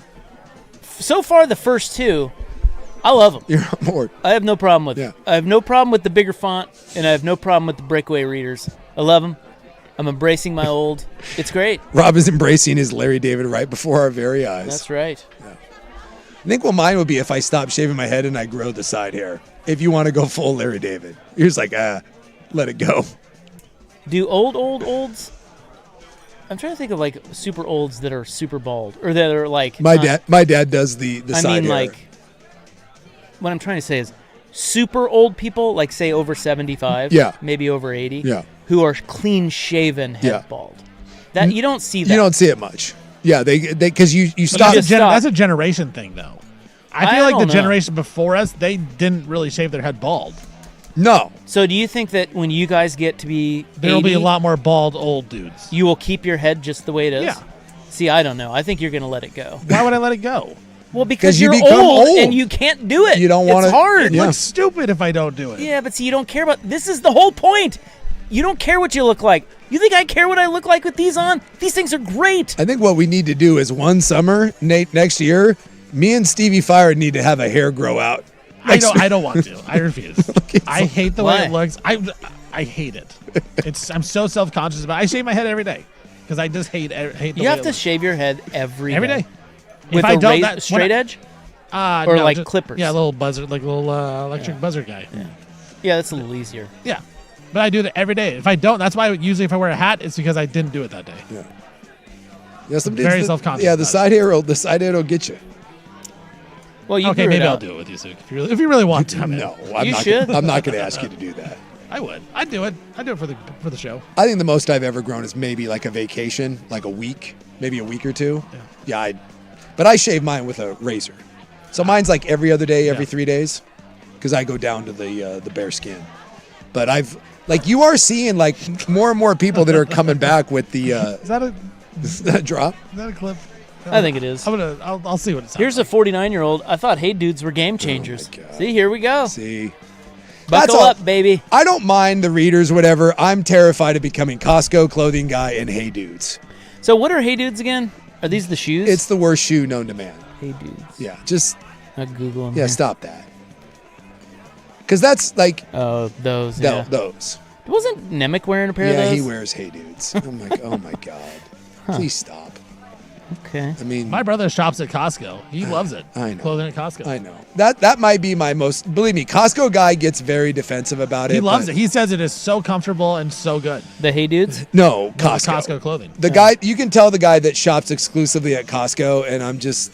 I don't know. My brother looks good. I couldn't tell. He had to tell me. He's like, "Hey, I've been shopping at Costco a lot lately." I was like, I couldn't even tell. Yeah, I don't even bother. If Saving some shekels. If I have to go to Costco, I just stay out of the middle. We're not going in there. We're not venturing in. You're playing around with the bison. You're going around in the circle. That's right. We're around in the circle. Ring around the rosy. Yeah, I'm not wearing high five shorts and a spider polo from Costco. No, we're good. We're not doing that. I think the way Costco clothes shopping works is you see something and you go, it's $20. Well, that's not bad. Yeah. Like you see it and you expect it to be terrible, but then it's not. You're like, oh, that's not bad. And then you look at the price and you go, well, I gotta buy that. That's what happens. So right here, guy says, I need a new pair of shorts. Told my wife we're going to Costco this weekend. I know, man. A lot of people do it, and I will die on that hill. The day I'm like, I need some new clothes, I'm going to Costco, just shove my ass into a wheelchair and put me in a home because I quit. You gotta embrace being a goober. I'm not embracing Costco. Come on, man. It's not happening. Costco's It will never happen. I'm gonna actually go to Costco.com right now and see what they're selling. Men's clothing. Yeah. With my readers, my breakaway readers. Yeah. Buck was a Costco guy, and he would get very defensive about it. Yeah. The Ryan Buckley. Just the generic, the Kirkland signature. No, we're good. Someone said, Suk, thank you. I used to buy clothes at Costco and you talked me out of it. You saved me. Yes. You can buy stuff that looks better and it isn't more expensive. No, don't let him shame you. I will shame you. Be better. Trust me. I understand that you're married and you don't think you have to get laid anymore. Your wife doesn't want to look at you in Costco clothes. Just don't. Be better. What is that Ryan Gosling thing, right? In the, what is that, Crazy Stupid Love? Be better than the Gap. I'm not even asking you to be better than the Gap. I'm just asking you to be better than Costco. Be better than Costco. You can get you get some lawn furniture there. Sure, buy an air fryer. You don't need to buy your jeans. You don't. It appears they have Adidas track shorts. Oh, and I think $12. Adidas place makes that stuff specifically for Costco. I go down to the bearskin. Exactly. You can buy a Disney trip. You can buy an air conditioner. Great. Just don't buy your shoes there. Don't buy your shoes. How about the Columbia men's James Bay short sleeve woven shirt? Don't do that. You'd rock that. No, I wouldn't. Looks nice. No, I wouldn't.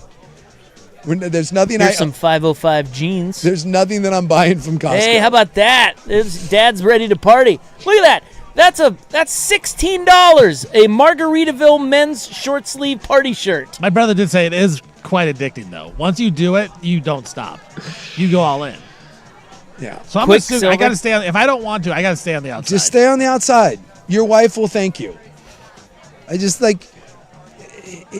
this is all I'm saying. At some point, try to make your wife want to have sex with you. Just try. Come on. Put half an effort into it. Try. Dude, we tried for what? How many years? I'm over trying. Greg Norman. You're over trying. Greg Norman men's 5-pocket pant. Looks delightful. All kinds of stuff, don't they? All of a sudden, Rob in his readers. Eddie Bauer T-shirt. Scrolling over, man. He's like, $2 off. Think how big that text is on his iPad, too, right now. Huge. I love it. I love getting old. Somebody asked, what was I watching the other day? I don't know. What was I watching? Were you wearing your Greg Norman 5-pocket pants? Murder, She Wrote? No, but I will be soon. Murder, She Wrote? My dad used to love that show. They have all those. That's like the oldest show I can think, like for old people. Well, and Perry Mason. Yeah, Perry Mason. Golden Girls, if you will. Yeah, but I feel like young people watch Golden Girls. Anything that's on Nick at Night. Mary Tyler Moore. Rhoda.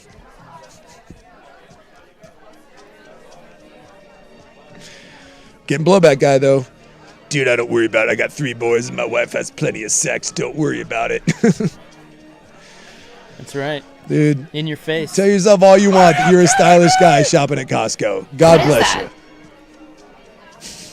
Yeah, he doesn't care. He doesn't care. And that's fine. If you don't care, embrace it. Yeah. It's Uncle Harold. Just out there living his life with his giant balls. Just eating cigars. Yeah. Oh, sorry. Can I get a cutter for this? Just stares at you. No, we're not doing that. I forget what I was watching, but they were asking somebody, they were like getting older and, they don't look as good as they used to, obviously. And they were like, would you go back? Your brain is younger again. Oh, I know it was. It was a comedian I'd never heard of. You ever get that on Netflix where it just pops up a comedian and he's doing a stand-up and you've never heard of him, so you give him a whirl? Oh, yeah. In fact, that happened just the other night. Some guy named Adam. Did we watch the same one? Was he in a round? Yeah. That was pretty good. Yeah. That guy was funny. I've never heard of that guy. Nor had I, but it was like I queued it up. Yeah, it was dinner and we were sitting there and I was like, this will be fine for a half hour. And I forget his last name. He was funny. Everybody thinks he's gay. Yeah, he was the one that was married to the Bachelorette. Yeah. Yeah. I just did the same thing. Yeah, he did it. It was a good bit. Yeah. Good stand-up. Yeah. And he was talking. He does stuff with the crowd, and he asked a 50. I think the guy was 54 and kind of fat, white-haired. Yeah. I mean, not that that's like me or anything. But he asked him. He said, "Would you go back to being younger right now? But you have to have the young brain." Yeah. And the guy was like, "No." No. And that's just it. Yeah. You youngs, we've been there, done that. Yeah. Now we're older and wiser, and it's great. Yeah. We get to wear breakaway readers. We get to increase the font on our phone, and we enjoy life. We're much smarter. Yes, 100%. I don't want to go back. Nah. It was fun. But. Yeah, you had a good time, but there's a time and a place and a season, and that season is past. So I said, like, sometimes when you're out and about and you see the old guy out and about, like that single dude that's out cruising for, I'm out cruising for chicks. You're like, oh my God, it's rough. And I'm sure he's super successful out there doing it too. Was it Adam? I don't know. It's like if you go to Netflix, it's like the third thing that pops up on the trendy. What the hell was his name? Couldn't tell you. Didn't make that much of an impact, but I listened to the first 30 minutes of it. His wife is super hot, by the way. Yeah, she comes out at the end. Oh, okay. And she's Oh, really? No. I just Google image. She was hot when she was on The Bachelor. I Well, go down yeah. to the bare skin. The Bachelorette. The Bachelorette, yeah. Was she the Bachelorette? No, I think she was on The Bachelor. Okay, as one of the Whores. Yes. Incredible. Is that what they call them? I don't think that's what they call I think they them. line them up and they're like, here they are, the Whores. I tell you what. Come on down. I am so tired of hearing that Love Island is a great show. Oh, dude, people love it. Do you watch Love Island? No, but the BTJ does. She does? Yeah. It's on. So you've seen it? Yes. Boy, I got to tell you, man. I call it Whore Island because that's all that is. Everybody is talking about that show. I don't get it. And my wife and I queued it up. It was awful. Yeah. What is it about that? And listen, I am not an expert. I am merely one man, one old man. Sure. So maybe it's just not for me. But I have friends that are in our age group that love it. Yeah. And they're like, oh, it's great. don't- And then the kids, our kids are watching it. They're like, oh, you got to watch it. Start with season 6. So we queue up season 6. We got 30 minutes in. We're like, what is... No. Yeah. Not happening. Last year, I guess it's been going on for a while, and last year I got introduced to it. I came home. I think the BTJ gets embarrassed sometimes about watching, like, smut. And so I think she tries to watch it when I'm gone. And I walk in, and I was like, what is this? And she's like, oh, it's Love Island. And she's like, it's awesome. All my friends are watching it. So then she's like, I have to catch up on it. That was the dumbest thing. It's literally just Whore Island. And then at the end of it, like, they vote for, like, the whoriest couple, and then they get together, and I don't know. I don't, like... And it's over the top. Like, it's not just the way they act. It's annoying. Well, the bar... But apparently, it's the biggest show going. Everybody watches it. Dude, the bar that I drink at, Jerry's, once, if you hang out there past, like, 9:30, and all the sports are over, you know what gets turned on? Whore Island. Like, some of the bartenders that love it. They literally turn on Whore Island, and I'm not kidding. People watch it. It's like a thing. People sit at the bar, and we watch Whore Island. And I'm like, oh, my God, this is happening. And I guess those people become, like stars. They, like, become internet stars. It's like the New Age Real World. Yeah. Yeah. Some of those guys got really famous. These people get famous now, too. Yeah, it's really stupid. But apparently it's on every night. No, That shit. is the dumbest thing Yeah, I have it runs- ever seen in my life. It literally runs, like, every night. 5 nights a week, I think, is part of the allure of it. Yeah. Is you can keep checking back in with it. And it doesn't make any sense to me. But somehow it works. Whoever came up with the idea of Whore Island made $1 gajillion. That comedian's name is Jeff Arcuri. Okay. Close to Adam. Yeah, close. ARCURI. Yeah, he's funny. He is pretty funny. He's playing the Schnitz in January if you want to check him out. Oh, okay. Just get him on. I thought it was fun.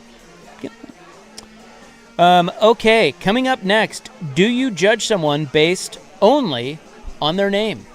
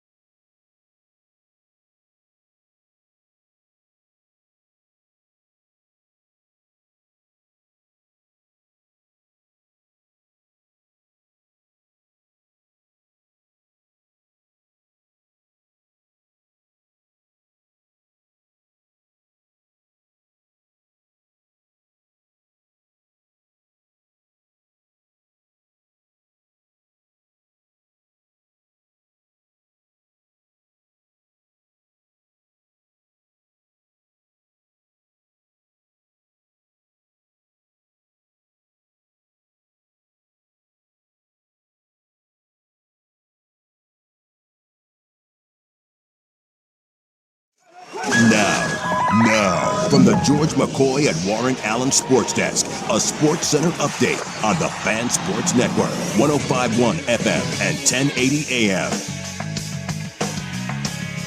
First on the Fan, some World Cup action going on tomorrow, none today. We do got the semifinals, though. France taking on Spain tomorrow, 12 o'clock kickoff. Then it'll be England versus Argentina on the other side in the semifinals. That's a 12 o'clock kick on Wednesday. This is the first time in World Cup history that the top 4 teams heading into the World Cup, according to FIFA rankings, are in the semifinals. Home run derby going on right now. Bryce Harper up to bat. He is the last participant in the first round right now. Junior Caminero, Jordan Walker, Wilson Contreras have all gone on to the second round, while Harper has to hit 10 to tie with Kyle Schwarber. Conor McGregor is going to undergo surgery following his first round loss to Max Holloway at UFC 329. McGregor wrote on his Instagram today that he's going to have surgery, and then hopefully he'll rehab, and then once again get back to the octagon to fight one more time. I'm Stephen Vaughn from the George McCoy at Warren Allen Sports Desk. Don't call your mom. Call George McCoy at warrenallen.com.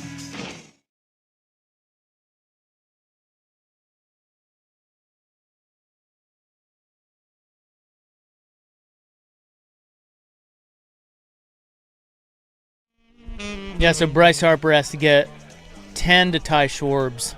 I don't know what they do if they tie. I'm guessing he likes to swing off, I think, is what they've done in the past. If he gets 11, he moves on. And then they would be the last one, right? Yeah, then it's the semis. Yeah. So you rolled your way into the semis. So he only has 2, and he's got 13 swings left. Yeah, you got to get hot. Looks like he's trying a little too hard in front of the hometown fans. Tell you what, Bryce Harper's got a sweet baseball look, though. Oh, 100%. Dude, that guy looks like a player. He was born to play baseball. Yes. He was. If you had to pick someone to, like, just transform into, you could do worse than Bryce Harper. Because a lot of baseball guys don't necessarily look like great athletes. Bryce Harper looks the part. Yeah, he just looks cool. It's the way he wears his hat. Yep. His hair. Yep. Has he lived up to the high expectations he had? Yes. I think so. Yeah. I mean, then they were high. They were high, yeah. I mean, he's not LeBron or anything, but yes. It's funny, we did this once, but if you go back and look at the people that were, I'm not talking like normal hype, like stupid Sebastian Telfair, like people that were like, this is generational. Like Bryce was the dude. Most of them have lived up to it. Like LeBron lived up to it. Bryce Harper lived up to it. Sidney Crosby lived up to it. Connor McDavid lived up to it. Griffey lived up to it. Jason Sakanik. Yeah. When you come in with like truly like Wemby has done it so Wemby, far. right? Like, yeah, best player in, sense. Like there's a difference between even being a guy like Steven Strasburg. Yeah. He was good. He won World Series, was awesome. Most of those guys have actually lived up to the hype. Because some of the guys that busted, yeah, I mean, obviously they were high picks and people thought they were going to be good, but no one was saying, oh my God, like this is a can't miss, like generational prospect. I just think when something's different, right? Like those guys don't come around very often, every handful of years, and you usually know from a young age that guy is meant to do something special. New survey data finds that roughly 1 in 5 Americans admit to judging a person based on their first name alone. Dude, I think we all do that. A label chosen for them by someone else before they had any say in it. That's why I think that everyone, not at like 12, because then we'd all be like McLovin, but there should be like a renaming ceremony when you're like, I don't know, 21 maybe, something like that. You become legal. You can drink. You can go buy a gun and shoot someone. We can send you off to die in a war.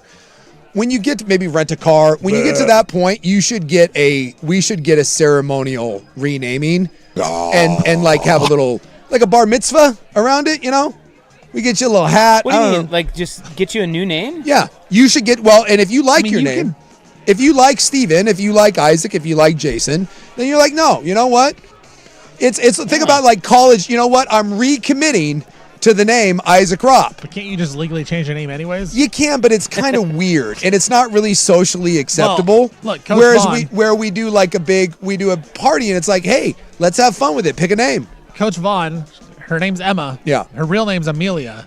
She had to legally change her name. Has nothing to do with anything. Why did she have to change it? Why? Because everyone calls her Emma.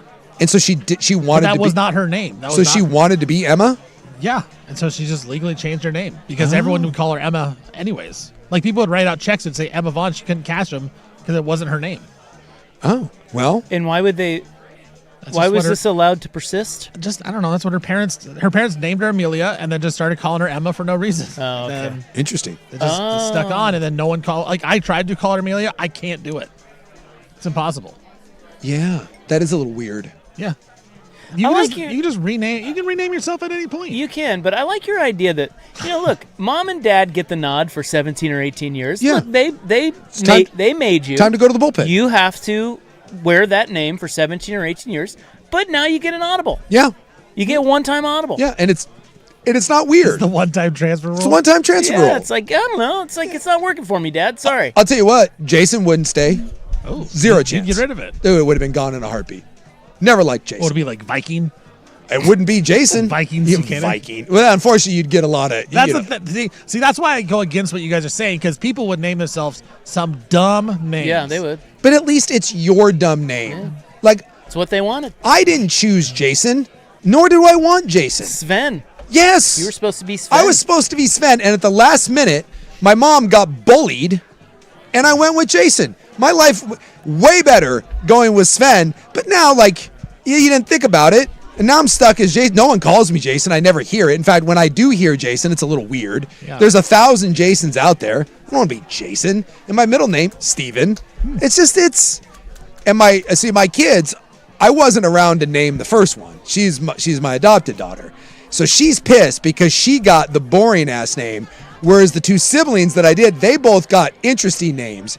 And she's bitter that she got stuck with Taylor Marie as opposed to, and I'm like, but this is Steven's point. She can change it. Yeah, but now doesn't she ask you? If she hated it that much, just go change it. But now again, it's weird. No one really changes their name, which is why we need to remove the stigma from it. Ocho Cinco did. Yeah, he did.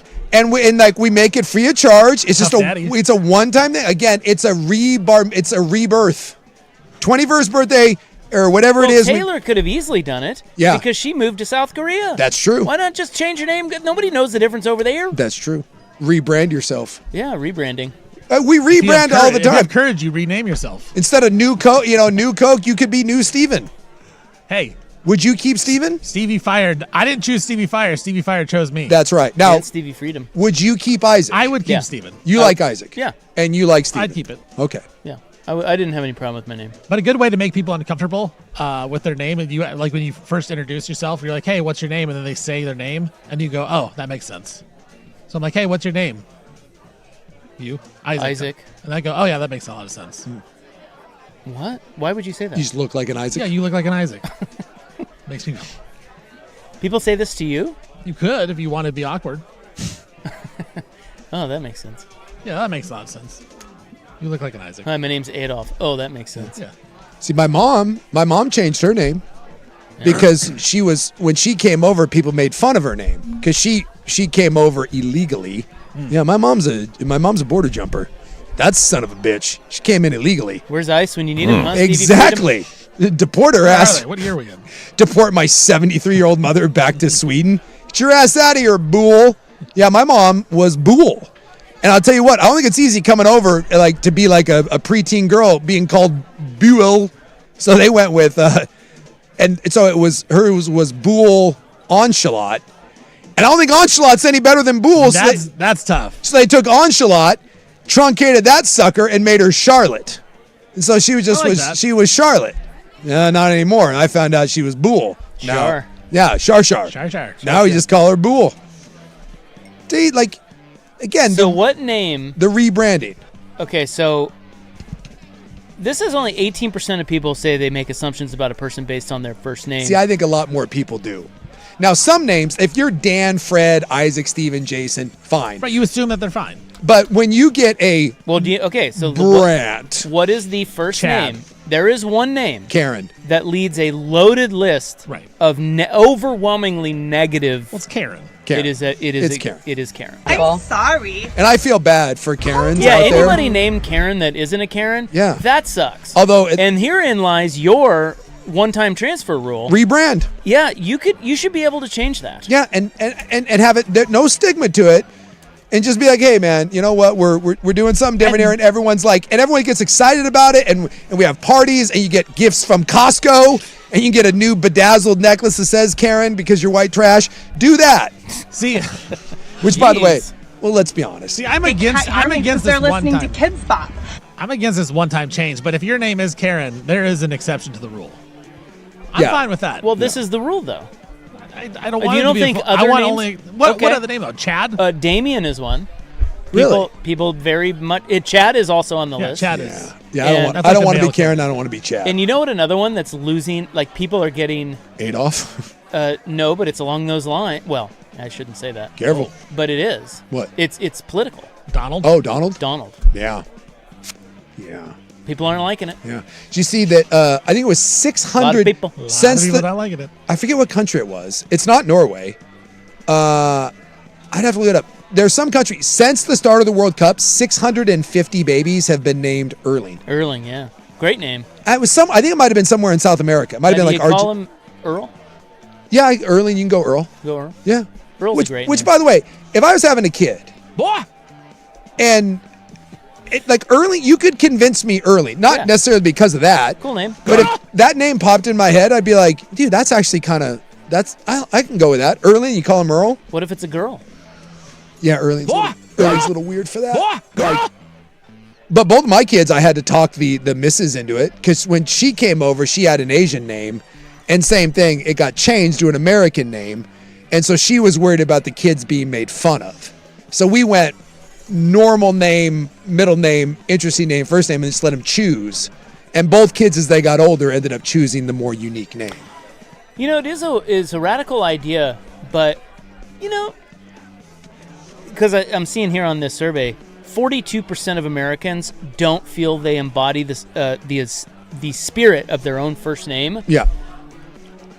What about the idea of you just name yourself? Yeah. We get a rebranding. Huh? Maybe we just give you a little At number. what age do you get to name yourself? Well, Again, I think you can't do it in your teens. No. It's somewhere in the 20s. I just don't know where in that lies. I just don't want to have to call people, Thunder or Thor or See, something. no one's- People are for Okay. sure naming themselves Thunder. Well, that's fine. Are you but kidding me? That's I know going to I be would. that's going to be the Thunder rare Rob? select few. People aren't. You're gonna get some douchey things, but at least, I mean, look at all the tattoos that are out there. Look, we got We some. already do have some douchey names out there. Exactly. It's no worse than some of the names that these parents are coming up with. Nathan. For God's sakes, Nathan. No, not Nathan. Nathan. Nathan. I'm looking this up right now. That's the number 5 increased most popularity name from 2025 to 26. Nathan. Yeah. Nathan? Nathan. Neithan. I've never heard that. It's popular now. I'd honestly, and like I say, it's weird because I don't hate my name. It doesn't bother me. I introduced myself as Jason. When I met your family, Yeah. I introduced myself as Jason. Because I said, here's Sook. Yeah. I feel weird introducing myself as Sook.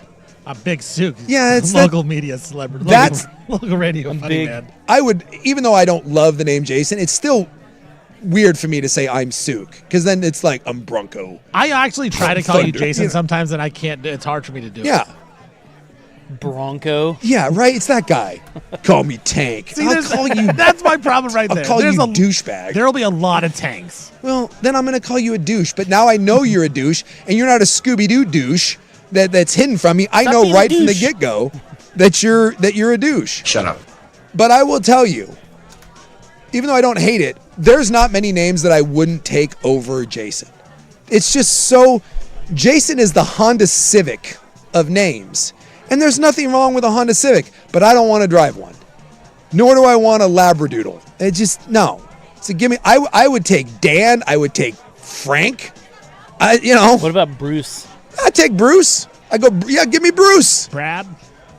Nah, Brad's. I don't know about Brad. Brad's in the same token Same as category. Jason. Yeah. Liam. What? Liam. God, no, I think That's I the might. number 1 most popular boy name. in Is it really? 2026, Yeah. No, I'm riding with Jason. Liam. No, we're not doing that. And they get like super weird. Like growing up in the Mormon church, I'd run into like Nephis and Lehis. You're like, oh god. What about Bo? Bo. I can't pull off Bo. Bo's in that same category as Dusty. I can't do it. It's you gotta be a little. It is, isn't it? Yeah, it's that. Yeah, they're good names. They're good names, but they're real names, but they can't. sound like nicknames. Yeah, I can't do it. Yeah. Again, I gotta stick with Jason. I can't ride with, hey, nice to meet you. My name's Bo. I can't. Yeah, just I'm conscious of the level of douche factor that I have, and Bo or something like that, I think would put it over the top. What for about me. Otter? Otter. Yeah. Come on, man. Like from Animal House? Yeah. Otter. See, no one goes by Otter. That's 100% nickname. You could never pass off Otter. You know, if you were going to go nickname, and I'm not cool enough to pull it off, but the best nickname that actually ends up being a real name, Rooster. I meet someone named Rooster, that's the coolest guy you know. I promise you right now, if you're hanging out with a rooster, that's the coolest dude in your life. Yeah, but so you're saying that may be true, but you're saying you're just gonna walk up to somebody and be like, "Hey, I'm Rooster." It's the same. It's like, douchey. I can't take you serious. If that's your name, instant respect. You're going Rooster, but not Bronco. Not Bronco. No. Yeah, I don't like these rules. Can't do Bronco. See, if you name yourself that, you are making your job list very small. Oh, I can't name myself Rooster. Like, you could work in radio being named Rooster for sure, but if you're like some Wall Street bro, you can't be named I'm Rooster. Rooster Rop. Dude, it'd be so awesome. Rooster Rop, and I'm applying for the CEO position. Bronco and Rooster on Primetime. I'll tell you right now, if you met me and you're like, my name's Rooster Vaughn, instantly you're 10 points cooler. Matthew McConaughey's brother, Rooster McConaughey. Guarantee that guy's cooler than Matthew. Freaking Rooster. What if your name was Bjorn? Would you like I would that? 100% roll with It's a Bjorn. Viking name, Yes. right? Yes. I wish more than anything that my mom wouldn't have backed down, and it was because she got made fun of for her Swedish name. I so wish that I would have had more of a Scandinavian name. All right, we'll wrap it up next. The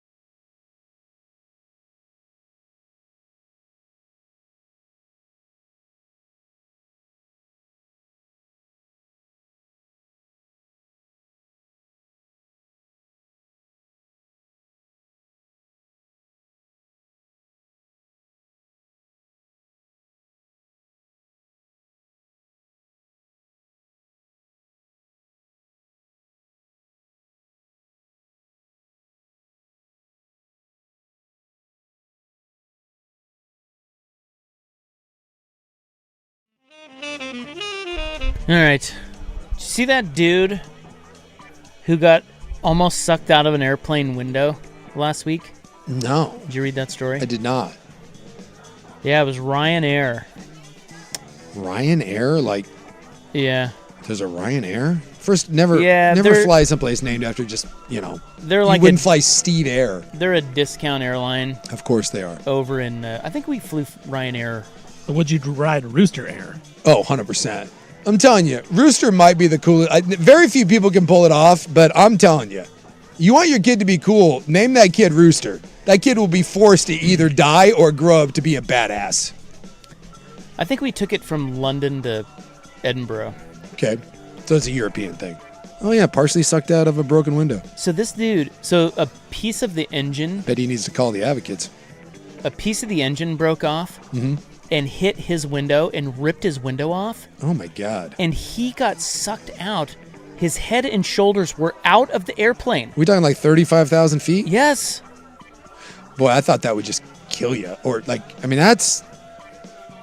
What sort of injuries did he have? He's 61 years old? But they said he was still wearing his seatbelt. And because of that gave passengers enough time to they literally grabbed him and pulled him back in. Yeah, he said he suffered neck, shoulder, friction burns. Yeah, I don't want to know what sort of wind burn you get at that speed, but I'm guessing it's quite a bit. Oh, my God. Could you go... Isn't that wild? Could a grown man fit out the window, or would that... You just would like... Well, it's happened before. Has it?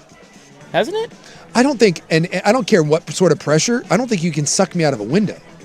You could kill me, it could break my neck, but there's no way my shoulders could, I don't care what sort of pressure, I don't think my shoulders could get through a window. I mean, none of us are like small. I mean, I think if you were like a dainty person, but those windows aren't that big. They're very small, yeah. I think that's probably why they make them that size. I just don't think you could, I don't think it could happen. But I would be guess like it snap your neck. Yeah, I guess not. It says, according to AI, they're too small. Yeah. But people can be partially pulled towards a large opening. Yeah. But I think that's like one of those. Yeah, so I guess it hasn't happened before. Yeah, it's like I think that's like an urban legend, like the pressure. But I mean, you break something, break your arm, break whatever. I mean, but there's no way. It would have to like rip. It would have to like rip your arms off. What if it were a little kid? Yeah, a little kid. I could. If you were a little kid or like a dainty female, I'm sure that could happen. But that's what they say about like a snake or whatever. A snake can't eat a grown man because of the shoulders. We're too. Or if you're just a big fat ass, like yeah, you can't get over the shoulders. That's terrifying. Yes. Would you rather have that or anything other than Yellowstone bison? I'll take the bison. Bucking you up into the skies. I'll take the bison. I'll do the ring around the rosy thing. I don't know what that feels like because those planes are like what 500-600 miles an hour on a big jet like that. Have you ever been on something that's going like? Have you ever been exposed to like 80, 90? Have you ever been on a bike or I don't know like you ride a Jeep with no windshield or something? No. It's the force of the force at like 90 miles an hour is shocking. Like if you don't have a windshield, like I can't imagine what 500 miles an hour feels like. Cuz that dude like it said like friction burns, did it just like rip his skin off?